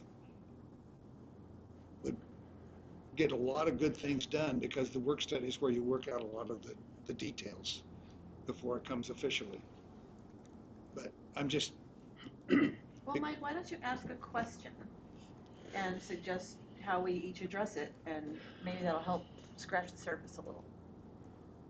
If everybody would share blankety blank, or I'll kind of share. I'll share kind of where I'm coming from, just so that you know, like what I'm thinking. So, I believe that our teachers love our kids and they want to succeed. I think there's going to be a, no pun intended, bad apple here or there. But I think in general, our teachers love our kids, and I've seen that firsthand, and I believe that. I think administration loves our kids and want our kids to succeed. I think administration could do better with accountability. When I've talked to a couple of people, administration, I've been trying to get at some data and understand, and I kind of do this, district, principal, teacher, kids and families, right? And kind of like you said, the person on top says the next person's going to do it, and it kind of falls, and then no one does it. I think there's a responsibility from the district to do a better job of that. Make sure people know, is this something the principal's responsible? Like pick attendance, right? Is this something the district's responsible? Is it the principal? Is it the teacher? It could be both of them, but accountability is really big, and I think we could do better with that from what I'm seeing. And again, I'm a lot of this looking from the data standpoint. So I believe everyone's coming from a good place. I just think there's some accountability that can do better. So I don't believe that, this is unsalvageable. I think we got a lot of headwinds. I think our state doesn't do a good job funding education, and I'm glad we're in Scottsdale and we normally get overrides, and that's a great thing because that's a big chunk. I don't know how we do it without it. And so I'm glad we're in a district that we have that. You look at the teacher pay, and I love that we're fighting for teacher pay, but we know the headwinds are there, and look at any national data analysis of teacher pay, and Arizona comes down towards the bottom, so that's headwinds we have to fight. But the reason I said the goal is to make it school of choice is to turn it around. I think we can do it. I think we have all the pieces there. I think we just have to do a little bit of follow through. So that's kind of what drives me. However accurate or naive that may be from someone who's been in this role for 4 months, That's kind of what drives me. You want to go next, Matt? I might have to sit next to Mike. Tough to follow. I want to give like an authentic answer, an honest answer. So I mean, the most basic thing that drives me is wanting to be of service, wanting to be useful. And I feel like I have experiences in my background that can hopefully be useful. And that's a very potentially obnoxious, but very, very personal answer. I think our district has to do some really difficult things. I think we have to do some really difficult things. I think, you know, the whole world of education has changed in terms of choice and marketplace and competition. You have mobile technologies. I mean, we haven't even begun to think about the implications of AI on the quality of learning and what the nature of learning is. I just think we are in a period of time, and that we have to be willing and able to do really difficult things. And so my why is to be of service to the board in helping us be able to actually do the difficult things that we need to do. So, I don't imagine that you can meet the aim you have in mind without things being difficult. Yeah. Yeah. And it's, I mean, just for example, starting in first grade and ending in medical school, you can get by learning very little. You just have to have it, you just have to know it for the test. That's American education. And to change that so kids actually remember is a big job. It's difficult. There was did a workshop one place in Kentucky, and the teacher learned what I was doing. I won't go into the details, but a first grader who'd been in school for 2 months learned that he had to remember the words more than just Friday. And he said to the teacher, "You mean I have to know this like forever?"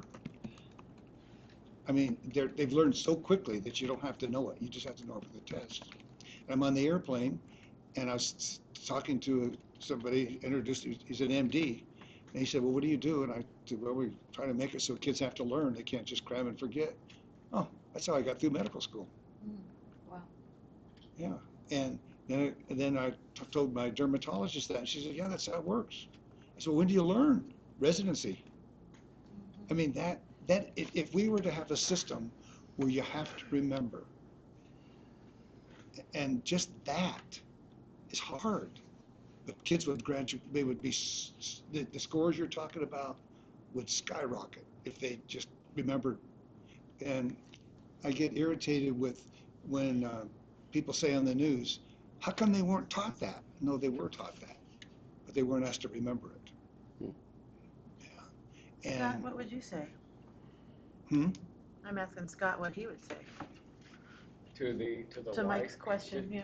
So I'm driven always, I think you know this, because kids. And so Lee's conversation around elevating the voice of our students is really, really important. Our student advisory board, they're insightful, brilliant, have ideas in terms of their own learning environment that's pretty critical. And I think at all levels of the system, that student feedback is really important. And to the issue of learning, the problem is that it's not Scottsdale, it's our whole system that puts way too much value on a standardized test score, which means people are cramming in order to be able to do well on the test without really mastering the content. And so if we're clear on what those essential standards are that the students need to master in order to be successful when they go through the system, then we will have prepared people for success in life in the most important of ways. And our system's not designed to do that, and that doesn't mean we can't lead the charge to be able to do it. And I think that there's some opportunities in front of us with respect to how you utilize technology to personalize and differentiate instruction, because kids learn at different rates and in different ways. What they need to know and be able to demonstrate is going to be constant, but how they get there and when they get there could be variable. And so there are opportunities to rethink how the system of schooling is structured to make that happen. And we also know that if we push up against that, in the minds of many parents, school looks like X.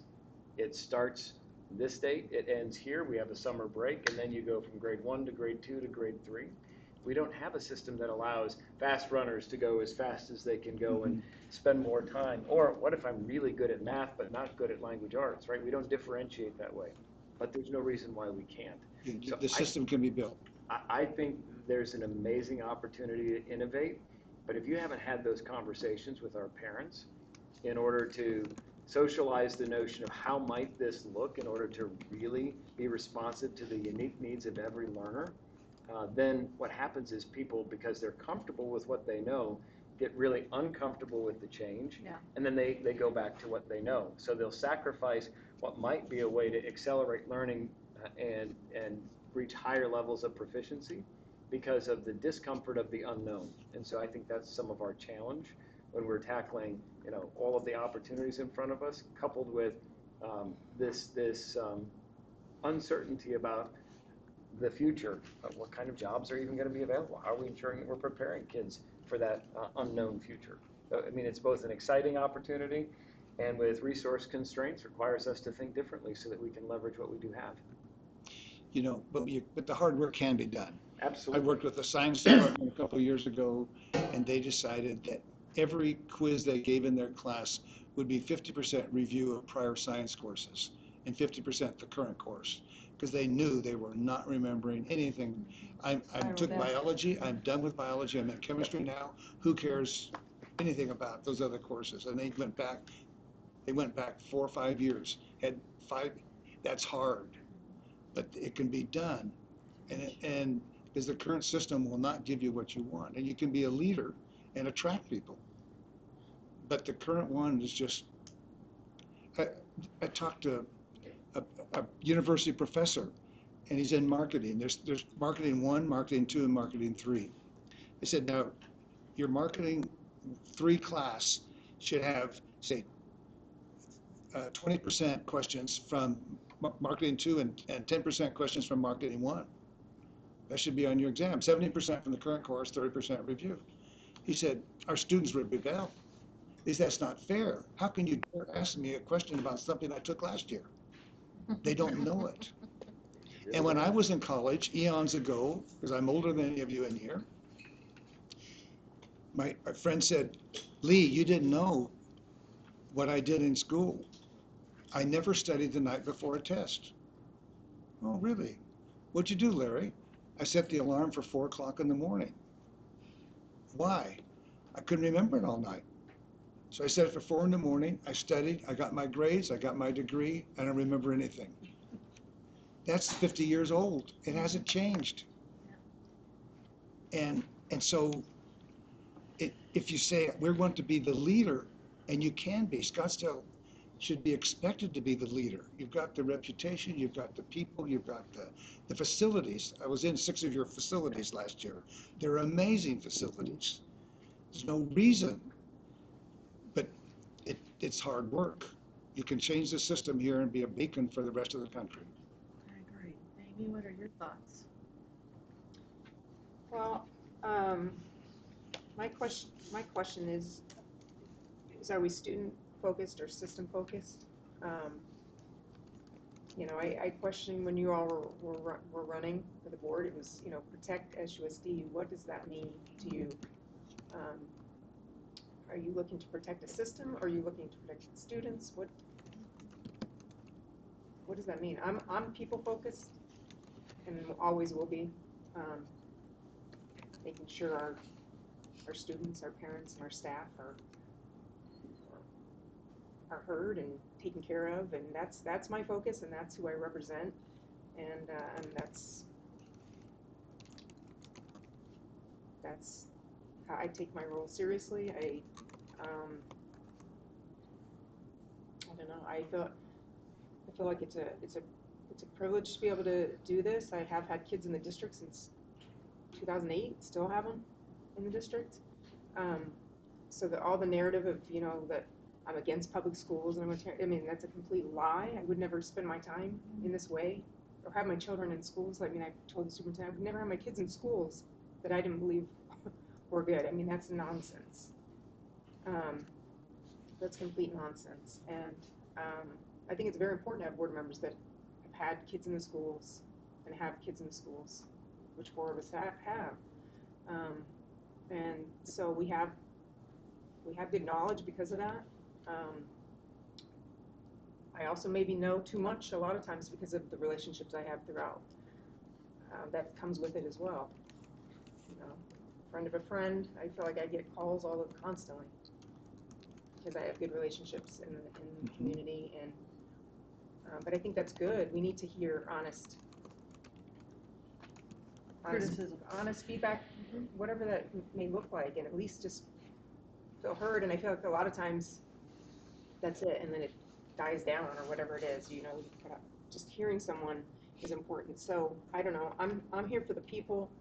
I'm here for exactly this. I do feel our public schools have to be top choice. And what are we honestly going to do about that, though? Like, we got to be honest. There's a lot of options. And we've got to be competitive, and that's going to take a lot. And I'm really proud of what I'm hearing you say, because I agree. There's going to be hard choices that have to be made. I mean, these consolidation plans were back in 2018. You know, the board, I don't know if you've looked at them, you know, the board was talking about all this then, and not one thing's happened since. So, you know, I've been asking for that too. It's nothing I want to have to take on or tackle. It's not a So I'm glad you do. popularity thing. But I think it's all about getting I don't know if honest. want is the word. But I mean, it's about getting honest. Yeah. It's about getting real, and what can we do? What can we do with where we're at? And yeah, I don't know. What else do you want? Man, that was it. That was awesome. I doubt that's it. No. Well, I believe that we have very honest people who are being the most honest they know how to be. I don't think it's gamesy. I don't think it's partisan. I don't think it's divisive. I don't think it needs to be, you know, in any way a sword fight. I think this very meeting itself is evidence of the likenesses we have. I anticipate as we mature together as a body, because we are a body, and we're only a board member when we're together. You know, we really are only when we're together are we a board. And this conversation has been very uplifting for me, very navigating for where we might go. The fact that we agreed on the head of the fish so fast, and that we had elements of actions to take and barriers come up so quickly. The fact that we are speaking about ways to listen better and partner up and show trust. I think that at the core of the elephant in the room is trust. And I would like us to operate on a foundation of trust and a feeling of goodness and belief and support for and with each other. I think that will make us a mature, healthy kind of beacon, lighthouse district to mimic. I would like to see that level of caliber amongst us, and I think we've got what it takes. So I'm honored to be in this conversation right now with each and every person. I don't see it as a divisive group. I see us much more aligned than not. And that's who I want us to be.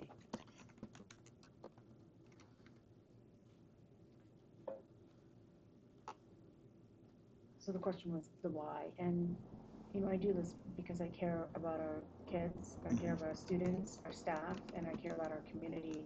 And my goal has always been 3 things: increased academic proficiency, increased enrollment, and increased teacher retention. And that has been my driving force from the beginning. And by the way, to my colleagues here, the 5 of us, I thought that our board meetings have actually gone really well. Considering the last 2 years, they've gone phenomenal. And didn't realize that there was this divide, and we're not going to agree on everything, and it's okay to agree to disagree and remain professional. So, you know, and I will remain committed to those 3 things always. So, but to your thing of trust, there's no trust. We have evidence upon evidence upon evidence of that there is no trust between us and the superintendent, and some of the administrative staff, just based upon how we've been treated and what has happened So to us. us, you and Amy, when you say us. So there's history, Mhm. and it's never been addressed, and some of it you can't. I mean, the facts are the facts, and the evidence is the evidence. So we're just operating, well, speaking for myself, I'm operating the best that I can to do what's best for the students, the staff, and our community. So, Thanks for sharing. Yeah. Well, it makes me want to reiterate your question, what's the gap then between feeling no trust and I would assume wanting trust? I don't know what exercise or conversation would help us with that, but I would think that would be a big part of either another time or now, I don't Well, know if we it's- can do let me that. go back to this, but I do, like I said, I genuinely mean it. I think that our meetings have gone well. I think you two ask phenomenal questions. And, you know, I was actually telling Amy earlier, I don't know why we're having this meeting because things are going really well. So I was surprised to hear otherwise when I got here. So Can you say more about that? Because I feel like I didn't communicate well, if that's what you're hearing. Did you hear from me that you? Yeah, I thought you said that there was the divide or you could figure us out. It was earlier. I'm not concerned. No, I'm learning from you. I'm surprised. I just didn't know. And I'm surprised by him, like, Yeah. too. I just Yeah. meant that I, We don't that's know why each I other said, let me that finish. well. That's why I said, You are let me doing finish well. the sentence. Yeah. I was know. saying that things that I take for granted, Yeah. like a board member trusts their superintendent, it is not surprising and like you don't have a basis for it. It is surprising and like, wow, like that's a big thing. So please don't take from what I'm saying that there's like a divide. It's more generally a learning process. And that's true even Fair enough. of the Just three 'cause of we us, ran although we together. spent time together And just, running. We don't know each other all that but well. like this he's made two environment, votes that I we was don't totally have shocked you made. this kind of environment without this. Like we don't, these kinds of discussions to this level of depth aren't going to come up. It's not going to be an agenda item, you know, and, you know, E5, let's talk about our feelings. Like that's not going to be there. So to me, having this retreat doesn't mean like things are going horribly, we need to fix it. It means things are going well, and I want to use this opportunity of good vibes to understand more. So that's exactly my goal for having it. And this is, just as I envisioned this, thinking about it, I have some things to share, but mainly, this is what you want, is the camaraderie with the board and working towards a common aim. And then when you talk to how do people feel appreciated, it'll go back to what we just said, people are appreciated when they're listened to. Mm-hmm. And I'll get personal for a minute because some of you know that I married recently. My wife and I were both widowed. We celebrated our 20-month anniversary. And so when people ask me how it's going, I say it's going so well. They say why? It's because Gail can tell me what I need to do better with no emotion. And that's a lot of what you want. That's what when you guys are listening to each other without emotion. And that's huge. Because as soon as emotion gets involved, then you get defensive. That's what I do anyway. When emotion's there, I get defensive. And so just this new marriage that after over 50 years before, just learning and loving it, but I'm improving without the emotion. And that's what you've got here. And you want to keep it. You want to keep sharing with each other, tell your honest feelings, not take it personally, but don't put emotion in it. And yeah, and when the board members get emotional with each other because they disagree, then it doesn't work. You guys know that. You two know that, right? So you need to, you just celebrate that you're doing that. It is going well. Yeah. What's going well. It is going well, and it is. But we have some trust work to do Well, amongst the six of us. of course. Yeah, you could. Sorry, can I pivot a little? Mm-hmm. Because I think you said something that I know I think I've heard from almost everyone on this board, a similar sentiment. You talked about how, I don't know if it was one of your former districts, but the more special sessions that you held, the more there seemed to be a study consensus study sessions. sessions. I think in terms of how we operate as a board, it's really hard to show up every meeting and have the agenda be this very prescriptive thing where I think you've said this, we're told like we have to vote on this and all the items are laid out and there isn't that feeling of agency where the board is shaping the agenda and also having time to have Yeah. maybe not conversations about how we feel, but conversations substantively about a particular topic. See, when I was talking to myself about this, I was hoping that you could say, as a board, items that you want a work study meeting on. Not on the agenda, but on a work study. Yeah, well, we feel like we're leading the discussion. We're Yes. not being told what we Right. need to You need discuss. you need the work studies. They're not the same. There's going to be camera there, and there's going to be, I don't know, maybe even got camera here. I don't know, but it's going to be it's not going to be like a retreat. Right. But I would have you sit like this in a work study meeting, and that looks like this. Yeah. The difference is that Scott's up here and I'm not. Okay, but you need those, and then you can talk through things, and so that when it comes up on the agenda for approval, we've already talked through it. You're not surprised. And I don't know how many board meetings do you have a month? I don't even really know that. 2? One, and then some are two, it's like every other month. Okay, and then a work study. So no, No works. Our study sessions have sort of, my only one I've experienced was kind of just another meeting. We've It never wasn't had That's really- how it's always been. Yeah. well, see, a work study, if you said the agenda is listening to students and employees, just listening, that's a good work study. And you meet, and maybe it's only an hour, but you have a good discussion on it. I think that's what you need.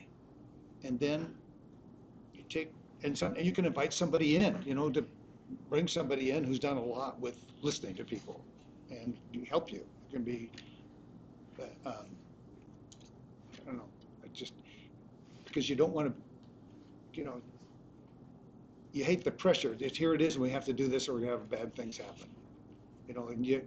And the state gives deadlines on when you have to give the contracts out and all that stuff. I mean, listen to it. It's The business of the board is highly prescriptive. The business of the board. I understand that. Yeah, I'm just pointing that out for us. Yeah. As a sixth, that we've got 80% of what we've got to do. So that's why, when the system is functioning the way it should be functioning, most of those items become routine, so the board can focus on the strategic levers of improvement. And that's where the joy comes from being a board member, is when you can focus on the big levers and trust that the system is tackling those other components that are compliance More elements mechanically. required to meet statutory, whether it's the timeline when something has to be done, but that requires trust. That requires understanding that we have really good people in the system. Shannon Crozier, who knows what has to be done financially. We have Dr. Bachna, who knows the student data and CIMAR and all of the reporting. We have people within our system who do really great work. If everything has to be carefully interrogated because you don't trust, then you never get to the really important work of how do you innovate to drive change at scale that really leads the way that we talked about earlier. Okay. Agreed. Can you say what you? Well, I just think that there's a lot that we could unpack with that, but I think it's very difficult with the IBN process, let's say, right, when we have no idea what's even going on in there, and then all of a sudden we're brought something, it's very difficult because it hasn't been discussed. So I think that process is not working. That's clear on what's going on now with, the assistant principals and things, but I think there's a lot that goes on that we have no knowledge of, no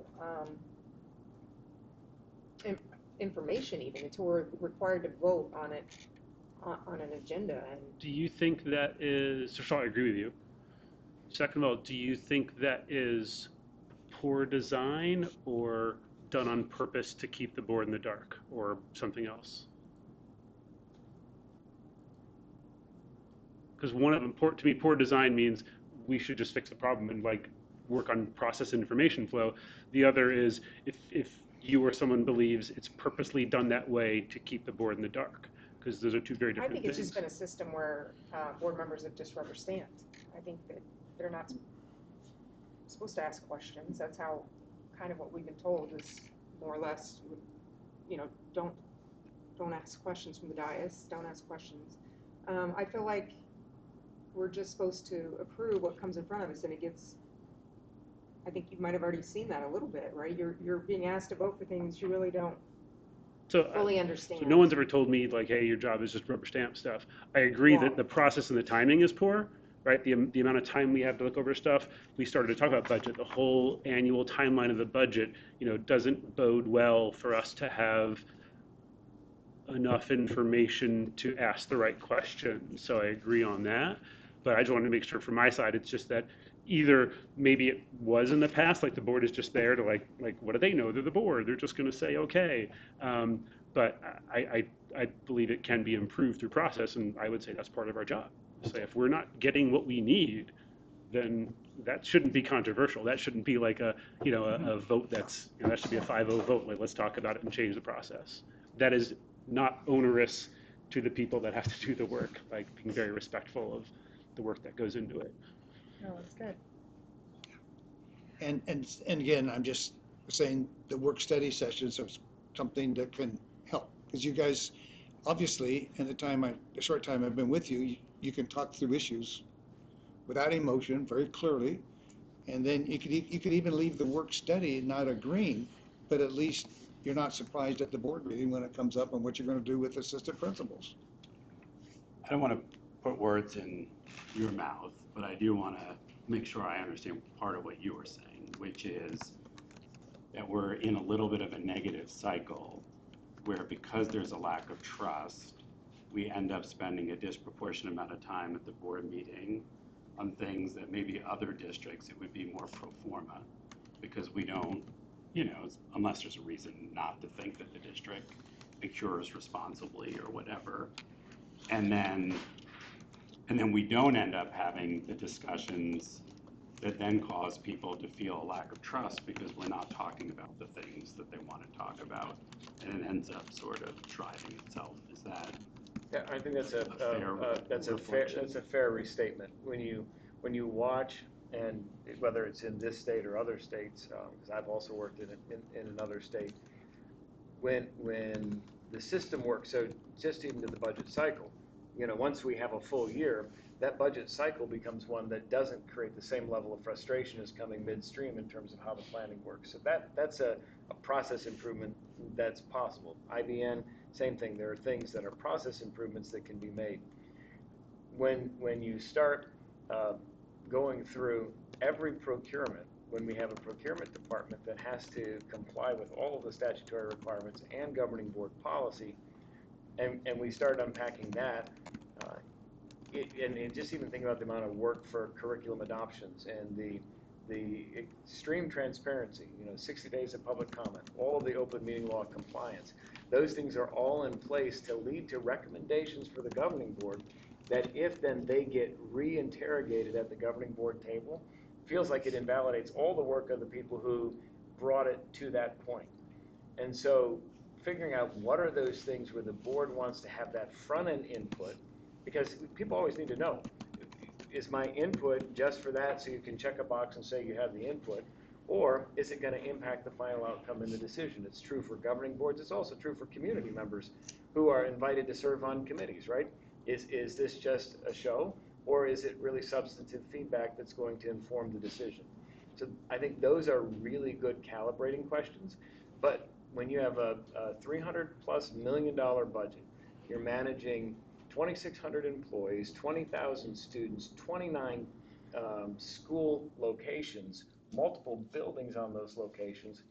How much time could we spend just on facilities in terms of what's the condition of the heating and air conditioning units, and where are we in the life cycle, and where might they fail? Right, so if we don't trust that Dennis and his team can manage that, and when they come to us and say, hey, well, here's a need that we have, and if we don't address it, it's going to cost us 3 times as much because we waited to fail instead of acting now, we can spend a lot of time unpacking all of that, but the time spent on the facilities means it's not time spent on instruction, or not time spent on enrollment, or not time spent on And so from a governance perspective, we have to hire the right people to do the core work of keeping the system moving, and there are components of that that can always be tweaked and improved. We have internal improvement process. We have after action review when we have lockdowns in a building to see what went well and where could we improve. That's baked into our system. It's part of being a school system. From a governance perspective, thinking out into the future, in the next 10 years, where do we want to be and how are we going to get there? Those are bigger level questions that require strategic thinking, and then you have to work with the team to execute. So I just feel like with a limited amount of time, because you're not doing the day-to-day operation of the school system, how does a governing board, whether you meet 2 times a month or the calendar that the board's adopted, which is 16 times a year, how do you get all the work done in that amount of time? And that means you have to prioritize. So it's a great topic because to me it touches on where is the border threshold limit of our reach as a board, right? We've all know, like, we can't tell the groundskeeper to go mow the lawn, like we're not operational that way. Let's take the air conditioning as a good example. Dennis spends all this time, does his work, does his study, puts together a presentation, puts together a proposal, and says, the proposal here that I, Dennis, believe is the right move is to spend whatever, $1.2 million to fix the air conditioners because it's going to save us this much money over the next 10 years in maintenance. And he puts that forward. Is there any reason we would say no as a board? So I actually think this is a terrible example because no, we probably wouldn't. Okay. Right. But let's look at special ed. Let's look at the curriculum adoptions. What was the rubric? Let's look at, there's so many other areas. And so I think like curriculum adoptions, why would we, if it went through, if we as a board approve the process, which is the curriculum committee and the whole process for curriculum, and they make a recommendation and they come to the board and they say, here's what we went through, here's what we looked at, here are the options, here's the cost, and we recommend this for the curriculum. Why would, and it's hard in a hypothetical sense, but I wouldn't feel it's my place as a board member to say no to that. Like, what am I bringing to the table to say no? I don't, like, unless they were talking about data analytics, like I might have a question about it because that's my field, but like, are you saying there are places like that where the board would question? Yeah, we should. Yeah. And that's common. Yeah. That's been my experience as a superintendent, that boards would have an opinion on the materials in front of the kids. Yeah. You should. And So that, and sometimes the way we solved it was we had a board member on the curriculum committee, all these committees that were talked about, we had a board member on the committee. And so then when one board member wanted to know, well, what do you think? We had a board member to talk to because the board member was all the way through it. Because curriculum, what materials you put in front of the kids is crucial, much more important than the air conditioner. Yeah.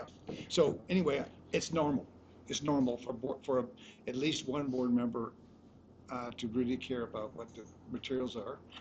And we had that board member on the committees and it took care of it. Yeah, see, we haven't been able to do that here. We actually been trying to, we kick board members off committees. But I think why, and because I have a lot of history with this, going back to when we were, that's how we actually started paying attention, is when the ELA curriculum came through with nobody really knowing back in 2020, 21. But I would even say now with the curriculum that's under, we have a, the social sciences curriculum committee. Well, do you know that that committee application did not go out to anyone, right? It's our old school board member's husband is the community member represented on the committee. So it's like proper, if things were, we're honest, and the system worked with every committee. who's being, where's the dishonesty happening? Again, Well, I appreciate it this. didn't go out to the community for people to apply for the committee, for one thing, like normal. Like, not normal, but that's what's been happening. So why did we not put that out for everyone to apply to the committee, right? I mean, that should have been done. It wasn't done. Why is the content not being talked about in that committee?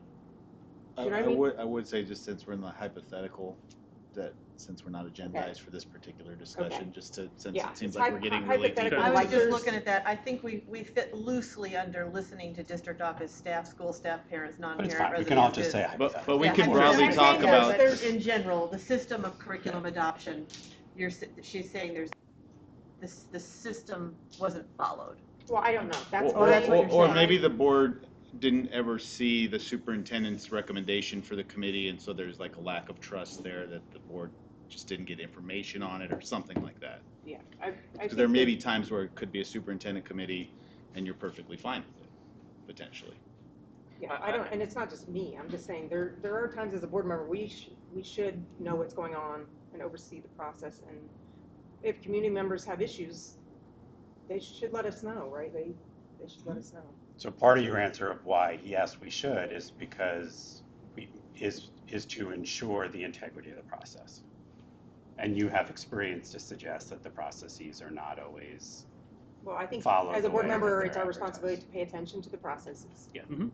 Right, and so that is our responsibility, and see it through, make sure it is operating the way we believe. For me, right, if I'm gonna take a vote on their recommendation, I wanna make sure that the processes have been Absolutely. followed. That's totally And so agree, that's our that's- role. We agree on that, right? Totally agree, So that's our role. that's where I'm saying, you should know if the process has been followed or they haven't, as a board member. And there are, it goes back, we can connect this to what we talked about, which is having the choice to go to SUSD and if you live in Scottsdale, the first choice. And there are many people who, just from the materials sent home with their kid, will look at that and say, I'm out of here. And we lose families and we don't even know why. And it is often the materials. So for a board to say, who's interested in increasing the enrollment, to say, I don't pay attention to the materials is not right. I think Mike's point was a little different. I mean, at least my way of thinking about things, I would like us to spend the least amount of time on the consent agenda, because theoretically the reason why it's on the consent agenda is it's just sort of ordinary course. Like, I trust people to negotiate Follow. contracts and make procurement recommendations. I want to spend the most time talking about why are families making a different choice than Scottsdale, or what's driving math proficiency, or if we've got kids, if we've got an oversubscription of kindergartners at Cheyenne, like, why aren't we doing more of Cheyenne, right? You know, and my comment around honors, if we have families who, a reason why they will stay in Scottsdale schools is for their kids to have access to honors, even why are we moving away from open enrollment honors? Like that, those are the conversations I want to Sure. have most. Sure. And then kind of in the middle is things that are more than the consent agenda. We want to talk about them, but I think to Mike's point, if there's an entire process behind them, it's at least for me, it's a little bit more about the integrity of that process. Did it all happen the way that it should have? And a little bit less about creating another round of discussions of it because there was all that work done previously. I'd like to say something to what you said, just because of my experiences. I'm not so sure you're right about not paying attention to the consent agenda, because we're experiencing that right now. When, I've spoken about it twice, the administrative agreement, right, went on the consent agenda with these ratios, right, staffing ratios. And then when we're questioning it, it's being thrown back in our face, well, you voted for it, well, you voted for it. Well, yeah, but there was no discussion around. So we also need to be paying attention what things are being slid in the consent agenda, which is very real, that they would Yeah, like something us- like that to me wouldn't be consent agenda. It should not be a Yeah, it consent would be more of agenda. a So policy then that's discussion. when we need to pull those type of things off, right? And have the discussion. So I think it's very important we are looking at things that are going to come back on us, which we're experiencing right now, because there was no discussion around it, and we had 4 board members, right? So it gets very hard. So Scott, when I meet with you, that's when I have a lot of my discussions, and I'm trying to think about the ways in which because I'm guilty of having 42 years of experience, and I can talk in acronyms and alphabets with you and finish the thought having done it 12 years here and 8 years there in different ways. So I'm trying to think about the richness of those conversations where I get most of my questions answered, but I also do agree that we maybe want to present to the public, we had this discussion. And so I'm wondering how to help mend that or help bring health to that. I mean, I think there are multiple things in terms of good governance and the structure. So again, in an ideal world, and I don't want to speak council outside of anything that's agendized, so I want to be very careful if I go too far. You need to make sure that we put it on agenda and discuss. We're under G, listening to But district office staff. there was a conversation in executive session, I won't talk about the specifics, related to IBN that drove what's in the agreement that was approved by the governing board. And so that part, I think revisionist history doesn't help us either. Maybe different perspectives on what was or wasn't intended, that could be fair. But the administration wasn't hiding anything or sliding anything in, and the IBN process has two parties at the table. It has the management side and it has the association side. When those sides reach agreement, then it gets put into the final form that gets brought to the governing board. It's okay to have that as a standalone approval item or on consent. When you look at our June agendas, there's a whole lot on them, which is why things get put in content. Not to slide something in, it's because there's so much on the agenda that you don't want to be there for 4 or 5 hours. And our board has never been shy in the 5 years I've been here from pulling things off of consent that they want to discuss. So if there was something that was of particular interest, the board has always had the option to pull it off, never been objected to. We pull it off and have the conversation separately. So no negative intent with respect to that. It's really a product of how busy those June meetings are to get them across the finish line, and the fact that the IBN process is collaborative in nature with the employee groups that we say we want to listen to. That doesn't mean that everybody got everything they wanted. It's not collective bargaining like you'll have in heavy union states. It's an interest-based negotiation where we get the best that we can, given the resources that we have, and that's what's brought forward to the governing board. If the governing board wants to do something different than what's in that agreement, then we have to revisit policy HA to say, are we even going to commit to that process? Because that's a choice that the board can make. You don't have to have a bargaining agreement in the state of Arizona. I'm just saying, the board has a lot of choices.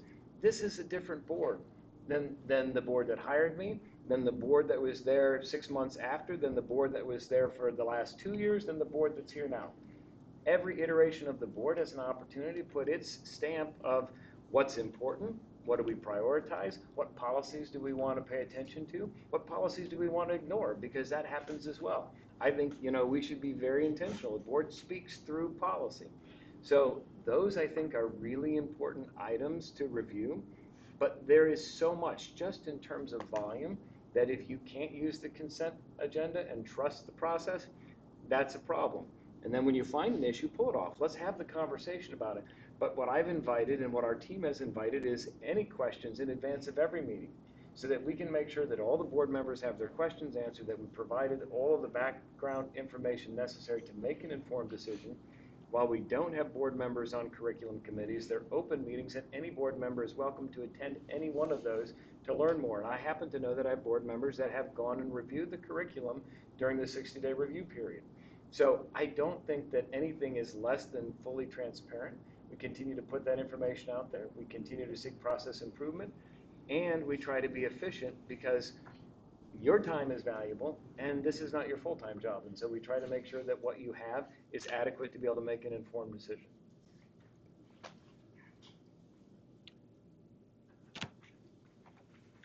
And next. Yeah, no, I think that this. I'm glad we took this tangent. I am too, and I think it's right up, Oh, I think we're at the core of real talking, honest talking, Mhm. peeling back the onion of who we are as a new body. But please, Amy, you were about to No, say. I was just gonna say, so what are we filling in some of these, Going or? back to the- So I would submit, because it's a retreat, and even with the hypothetical, I love this as an example, because it's not agendized for action, but this might be something that comes up on a future agenda topic. I think we take the learning from the process, we think about what else might fit into this kind of structure to help formulate our thinking. Lee mentioned early on this notion of the strategic plan, because none of this board was on the planning committee or on the board when that was adopted. And so I think in the future, there's going to have to be a conversation about refresh or reboot, because there are two different approaches that this board could take related to the strategic plan. There's KPIs, WIGs, other things that are there that have been a part of what that plan was. And the board can say, we want to start from scratch. And I'm also not a big fan of the strategic plan word. But I am a fan of thinking about where do we want to go? What's the future that we envision? Where are we and how do we get there? And so I think we have to think about, okay, what's the process that we're going to utilize, especially as we get to the end of this school year and start planning for the 25-26 year. Because if our staff doesn't know what the goal is when we're starting the new school year, it's going to be really hard to show the kinds of measures of success that you as a board expect to see when we get to June of 26. So I think those are the rich, robust, really important, high level, high leverage kinds of conversations the board can have. But we won't ever get to them if we're mired in the minutia. And that's true, yeah. And by the way, thank you for letting me have this chair for a while. Okay? I know you're a superintendent, you want to have the chair yourself, so I get it.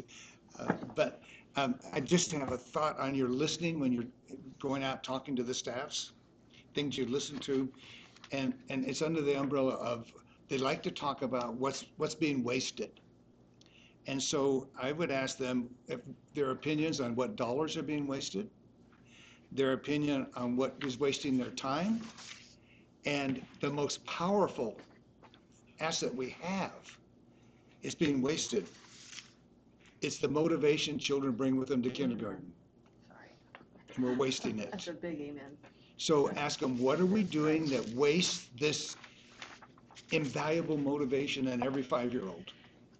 And they gradually lose it. What's happening in the system that causes them not to like school anymore? We're wasting their motivation, we're wasting time, we're wasting money. So those three things, when you go out to talk to the schools, I think will bring a lot of feedback coming in.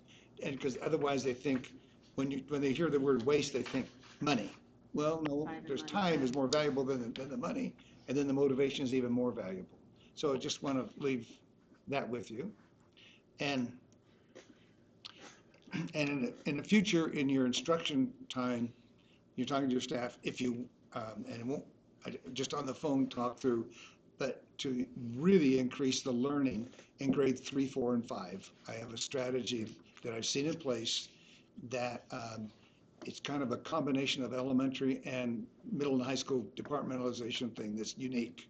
And I'll just talk with you about it. We don't need to do it now, but just thinking about how you can attract and be the beacon. I like what you said, that word, and can do it.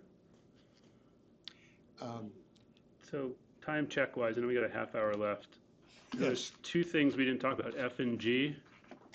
I don't think we went into, so at least I interpret for G, listening to district office staff, community. This is somebody sends an email to GovBoard and like, what do we do about it? Or somebody brings an individual, hey, my neighbor's a teacher, we need a drinking fountain. Like if I brought that, and like I don't have the information because of open meeting laws, I feel like we're collectively a little dysfunctional about feedback and how we react to it. So that to me, I think was the intent of G. And I'd love to talk while we're here. Is there a better way, something we can do to make sure that we're all acting on similar information? Because I feel like, I know there's a time, Karen, you pulled something off consent agenda for a staff member, and I trusted that it was safe. I had no information whatsoever, and so I don't want to get in that situation again. And I'm not talking specifically about that situation. Well, let me just put, that's the value of executive sessions on personal matters, and she had sent me all the communication from the assistant principal and all of that, so I have that. So if the process was, hey, let's get that on an executive agenda, then we can talk about it. Great, it just sort of came up. But in general, the way these come up, right, people email GovBoard and like, who responds? Does everybody respond? Does Scott? Does nobody? Like, I would love to have a little better information about how we react, because I love to respond to everybody. I love customer service. I hate not responding, but it's a bit of a hornet's nest if I do, and so. But an acknowledgement email. I respond every time. I think an acknowledgement email is great. referring it, and I've had many, Karen, you forwarded them to me, here's an issue. So whether it's one that comes to Gov Board, because you've all then seen it, an acknowledgement email, to Amy's point, people want to feel heard, I think is really important. Referring it to the correct person, and generally, the superintendent should be included on all of those, because even if I'm not the one who's going to give the answer, I can make sure the person who has the information is the one who responds appropriately, because it might be a building principal, it might be a director, it might be someone else in the system. If it comes to an individual board member, we can't fix what we don't know. And so having that information allows us to be able to direct it to the right person in order to be able to respond. We have multiple communication channels. I was looking through some Let's Talk dialogues today and how people are choosing to utilize that. And then you saw, as a governing board, an anonymous student one, I think, that came in today that we're on. So the board's not expected to fix those operational details, but you should have confidence that we are closing the loop on those, and so and then oftentimes what we do, because a lot of these are personnel related, is ask general counsel to send the response so that it is covered under confidential communication, because they're personnel related. And I will say that district, you guys are good about responding, like, hey board, in reference to this, the email that just came out, please don't respond, or here's information. So thank you for your responses to that. But I think an acknowledgement email is good customer service and appropriate. I'm a little confused as well, especially knowing now that you all are on it and not knowing if you're responding or you're not, or how you're responding. It's kind of new that you're responding quickly to the board now. I feel like the Gov Board email is, I think, very confusing, because if they're getting forwarded, why would they want 5 forwards, from each one of us? I think it's going to overwhelm somebody too. Like, if we're each forwarding it to you and we're each forwarding it to Dennis, why do we need it 5 times? Like, can we not have a better system? And you're already getting the email. Like, Yeah, I already don't getting forward it to him because he's on it. Although, like you, I had not realized that at the beginning, but then you said I already get it. I'm replying back to the person just to acknowledge, thank you for reaching out. It helps us be a better board to get feedback. Okay, so then you're not forwarding it on to anybody? He copies it. I CC him so he knows that I've responded to that person, but that's it. And so I think that's a protocol that works. I've never been emailed individually yet. I've only ever been on the board one that we all get. I've seen you on one from the football stuff. Football? From the Cherokee football stuff. So you have. I was not emailed individually on that. That started as the governor, and then I replied to that person. No, I'm saying that didn't come to Gov Board. I know it just went to you. I'm saying we all get it, and we don't even realize it. Well, and sometimes, I mean, if you look, sometimes people use the Gov Board piece. Sometimes people have work to get your 5 separate emails, and so you'll see them both ways. Yeah. Yeah, I just think I agree with you. I think the system we need a better system, because it's over communication. And like I said, you're already getting it, so why do we need to CC you on it and forward it to this? I don't know. I'm fine with, I would respond individually and CC Scott like that to me and do nothing else, because it already goes to Scott, and so and then I like responding. Thank you for that. I haven't been doing that, but that's a good thing to do. So that to me helps. That for ones that get sent to Gov Board, I will just respond as a thank you, and let Scott and I responded, but I'm not going to forward it anywhere else because it's already in channel. Right. I mean, is that a normal thing? Normal based on what? Which part? To CC the superintendent on every communication as a board member? Well, for items where people are asking for some type of action within the system, yes. If they just want. If you're just saying, I thank you, I received your email or whatever. Yeah, I just think it's good for him to know that someone's replied. Yeah, exactly. Plus, it's my subtle way of sending to the person, I'm not able to fix your problem. This is the person who's going to, like when someone, I think we've talked about the water one, so the water fountains. Like when that comes in, I think it's important if I reply back saying, thank you. I don't have a chance to be at every school. I think I said something like, thank you. I don't have a chance to be at every school, so it's really helpful to hear what people are experiencing and how we can improve our physical plan.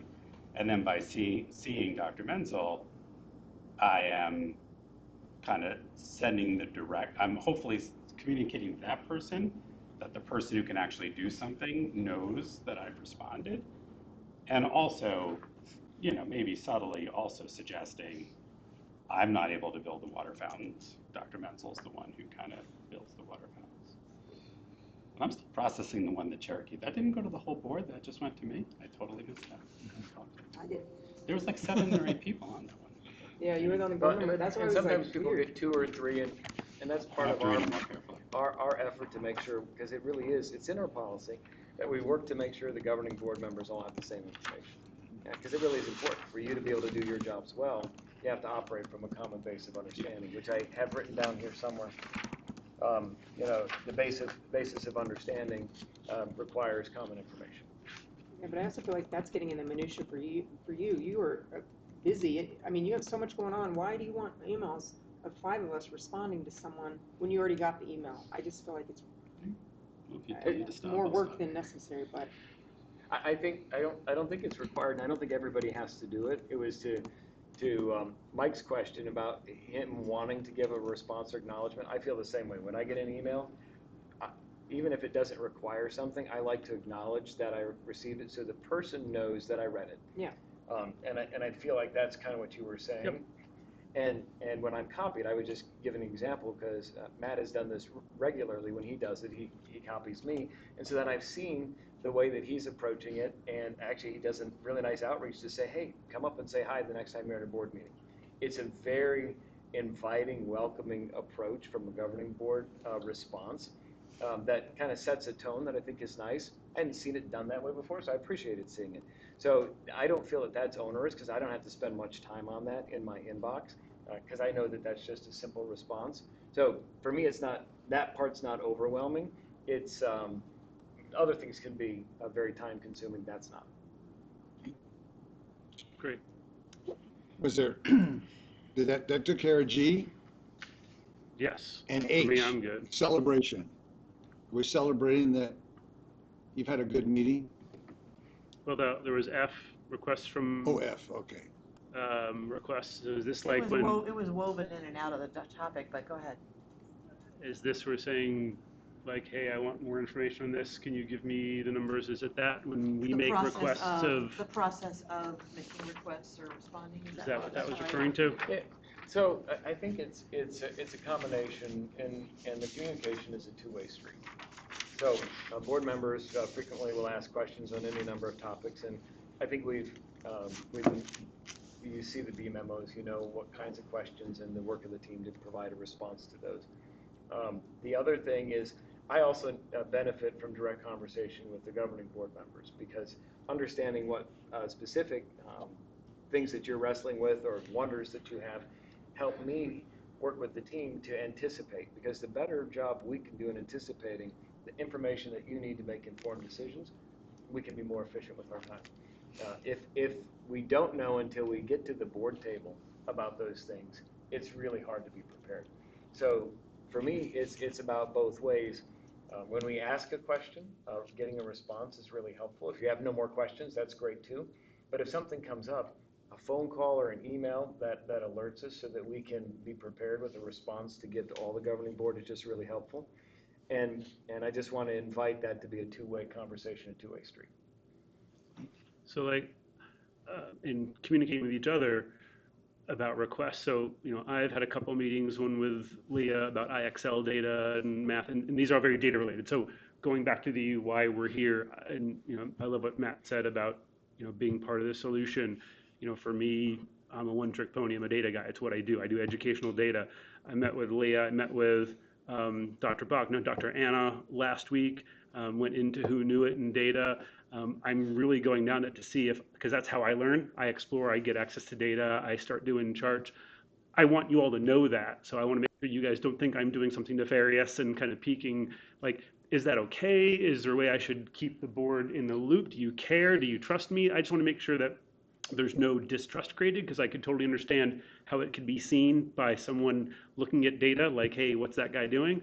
So I just would want to ask, like, does anyone care or want me to communicate? I just want to make sure we're on the up and up. That's where I was saying, like, we just need to trust each other as board members that we're, right, when, I'm good with it. I'm good Keep with it going, too. yeah. Like, I appreciate I've been I like agree. that from the beginning. We all have to trust each other. We're adults with our own, like you said, I think you're more than a one-trick pony, maybe two, but. But like, I want, like, great, put your efforts where you see that you can make the most impact, and I trust that you'll bring whatever to the board at whatever time, Thank you. and then I'm doing the same probably. I'm very passionate about special ed and different things that are going on there.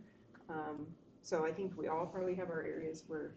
I just want to remind us that we're a body and that you're not an individual. And while there's a learning curve going on, and as long as we're all copacetic with it, we can go into some tentacles of individual learning. But I do think we need to remember we're a body. And the So board bring your policy, go ahead. Just bring it back to the board. And sometimes if there's data that you found that is great and it's not necessarily something we're going to vote on, you can also send it to Gladys. Gladys can send it to the board. Or Scott So- can put it Is in that- an update. Yeah. I Is- mean, Or is you that can the best report it channel, at or- you can put it in your board update at the end of the meeting. Just say, hey, I want to let you know I met with so-and-so and I learned X, Y, Z. and I Okay. appreciate it, actually. Yeah. So I Okay. appreciate what you're doing. The current board policy acknowledges that the superintendent wouldn't approve or may not approve a request that'll take over 2 hours, just because as you're discussing it, you have now individual people requesting information of the same people. So we are limited in the cabinet staff. There's one general counsel, one assistant soup of secondary, one assistant soup. So that's why Dr. Menzel you have to have you got to be able to trust him that he's going to direct it in a certain way.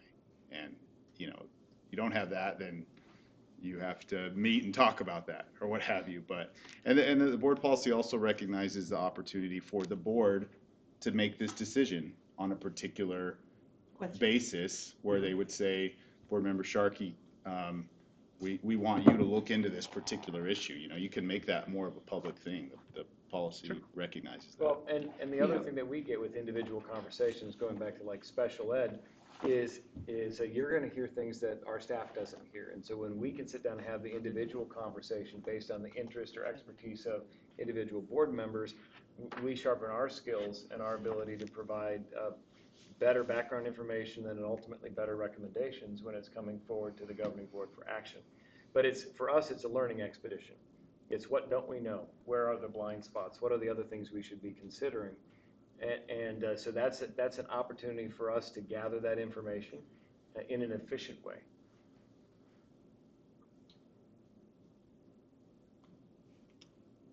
Okay. Well, I think we're done. I'd like to hear everybody's reflection on the evening and what was their favorite part about That would be this good. Sure. conversation and maybe, a takeaway. What was the Okay. takeaway for you? Karen, do you mind starting? I'll pass. Where did you go? I'm I'm going gonna, left. I'm okay, going left. okay, I'll go last because I had to pull up my notes real quick. Sure. I'm happy to go first. Yeah, perfect, thank you. I am Yeah, we'll thrilled that we have the same head of the fish. And just because this is being recorded, and I had a former board member say this to me, where I felt a little bit shamed, like, what do you mean it's not academic achievement and learning is the number one? Like, we're not running a school district just to run a school district.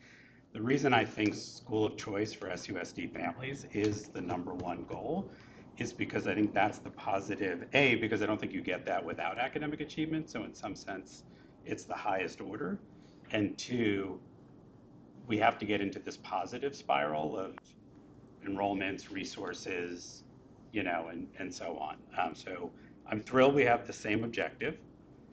I am really, really thrilled that we talk very openly, that it's really hard to hear that someone doesn't trust you. And for that person to say that they don't trust and for that person to hear about that trust, I am thrilled that because we all know it's there. So I'm just really thrilled that we are talking openly about hard things, because I think until you say those hard things out loud, it's hard to, a lot of hearts to start changing it. And I'm very glad that we didn't, with love and respect, because that was a great exercise. I didn't imagine this meeting would be starting to solution around how we kind of achieve this goal. Mhm. I'm glad that we found time to also talk about how we operate as a board, some of the things, Mike, that you raised as well. So to me, what I had hoped happened in terms of just open, candid conversation. Yeah, for me, when we went around and talked about the why for each of us, like literally, if that's all we did, I would have been happy, just because even just the act of doing that helps in such a positive way the relationship, the tenor between us when we're on the dais for the board and the consent agenda and the conflicts and the things that, and the 3-2 votes and all that. The fact that we've had this conversation is a perfect foundation for that, no matter if it's 5-0 or 3-2 or whatever. So like that was worth it for me. So thank you.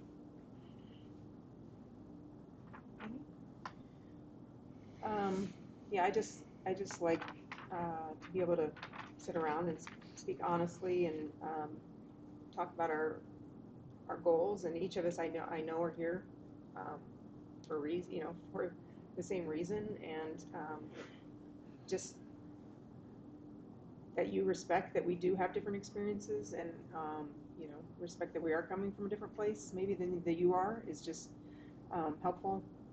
It will be helpful moving forward. I really like talking about the barriers, and really hoping we can get to that, because having honest conversations with staff and with students, I think will really help us, and that we're not just hearing from certain people. We can hear it together and then decide Yes. what to do with it. Scott, what did you get out of today? I would say a couple of things. One, reinforcement of our 3 wildly important goals. The head of the fish is really related to the enrollment WIG. I heard improved academic outcomes and attendance as corollaries to that. So when we think about focusing on the biggest levers of change, we're not off track from where we started at the beginning of the year, even though we have 3 new board members and 2 returning. The other thing is I appreciate Lee's willingness to facilitate the conversation, because that's really an important part of having a retreat, is to have someone who's an external facilitator with deep experience in leading K-12 systems. So thank you, Lee. Well, it's good to be here. Thank you. Karen, you're in? Yeah, I am. So a couple of things that takeaways, and I love the question, don't ask the person, ask what their friends care about. That was phenomenal. And what wastes the motivation of a kindergarten? I think that is it's profound, because it is, as they get older, that motivation goes away, and looking at what that is and maybe making some adjustments. I appreciate that we all have the same goal as far as head of the fish, and I would think when you run for a school board, it's not very glamorous, and so Right. you typically have something related to that. So it didn't surprise me that we have the same goal, but I'm glad that we do. And yeah, just looking forward to doing what's best for Scottsdale. I would add that the strengths we came into this meeting were clearly heard by you early in that 5 hour Yes. worth of discussion, and we demonstrated that together today. Mhm. Even though we hit kind of the elephant in the room about trust, and I think that's one we want to keep massaging. I'm really grateful for the fish exercise, and I feel really clear on some actions and barriers that we discussed today. I loved the student motivation piece too, relative to K-12, but also really honing in on that as a major waste. I think that's a really good conversation for us to have as we keep focusing on learning and progress and growth. I just want to say thank you to everybody for their attendance and for recommending Lee, because I think you were an outstanding facilitator for us Thank this evening. So thank you for the time and preparation that you did. Thank you for having me. It was, Before we break, while we're still here, so on your comment about kind of going to schools, I'm happy to take the initiative. Want me to see if you and I can schedule something, obviously with coordination. I think we have to give Dr. Menzel an opportunity to structure it in a certain way. Yeah. I'm just trying to think of let's action figure out the item. structure of how we would manage that. So I just want to make sure someone owns an action item going forward. That's not a problem. We can start the conversation. I made notes about the plan. I don't think it's going to be hard to pull off. I think we'll want to have a common protocol so that there's similar questions that you are going in with, so that you can actually correlate the data that you're going to gather. But then the other part is timing with the staff, because we're in the last End of 5 weeks school of year. school. Right.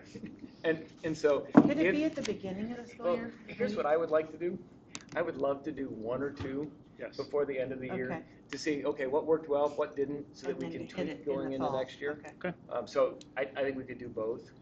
But it will only be board members with the staff. Yeah, so, and just kind of to let you know that we have a similar practice, I've had staff who want to meet with me without their principals. And I said, I will do that, but the principal's got to know that we're having the meeting. Because I'm not going to have a surprise or anything that, Sure. feels like it's Oh, right. underhanded. Right. And so we already do some of that in a very different way. So I think this is also an opportunity for governing board members to have an authentic listening session at the campus. And so we'll work to set it up and then figure out what's the structure so that everybody knows what to be prepared for. Again, thank you, Lee. You are welcome, and thank you. It was All right. it's a joy to be here with you. Thank you. Thank you. Enjoyed it very much. All right, you got to pound the gavel, Madam President? I'm sorry, I call this meeting to close or Adjourned. adjourn? Adjourn. Thank you.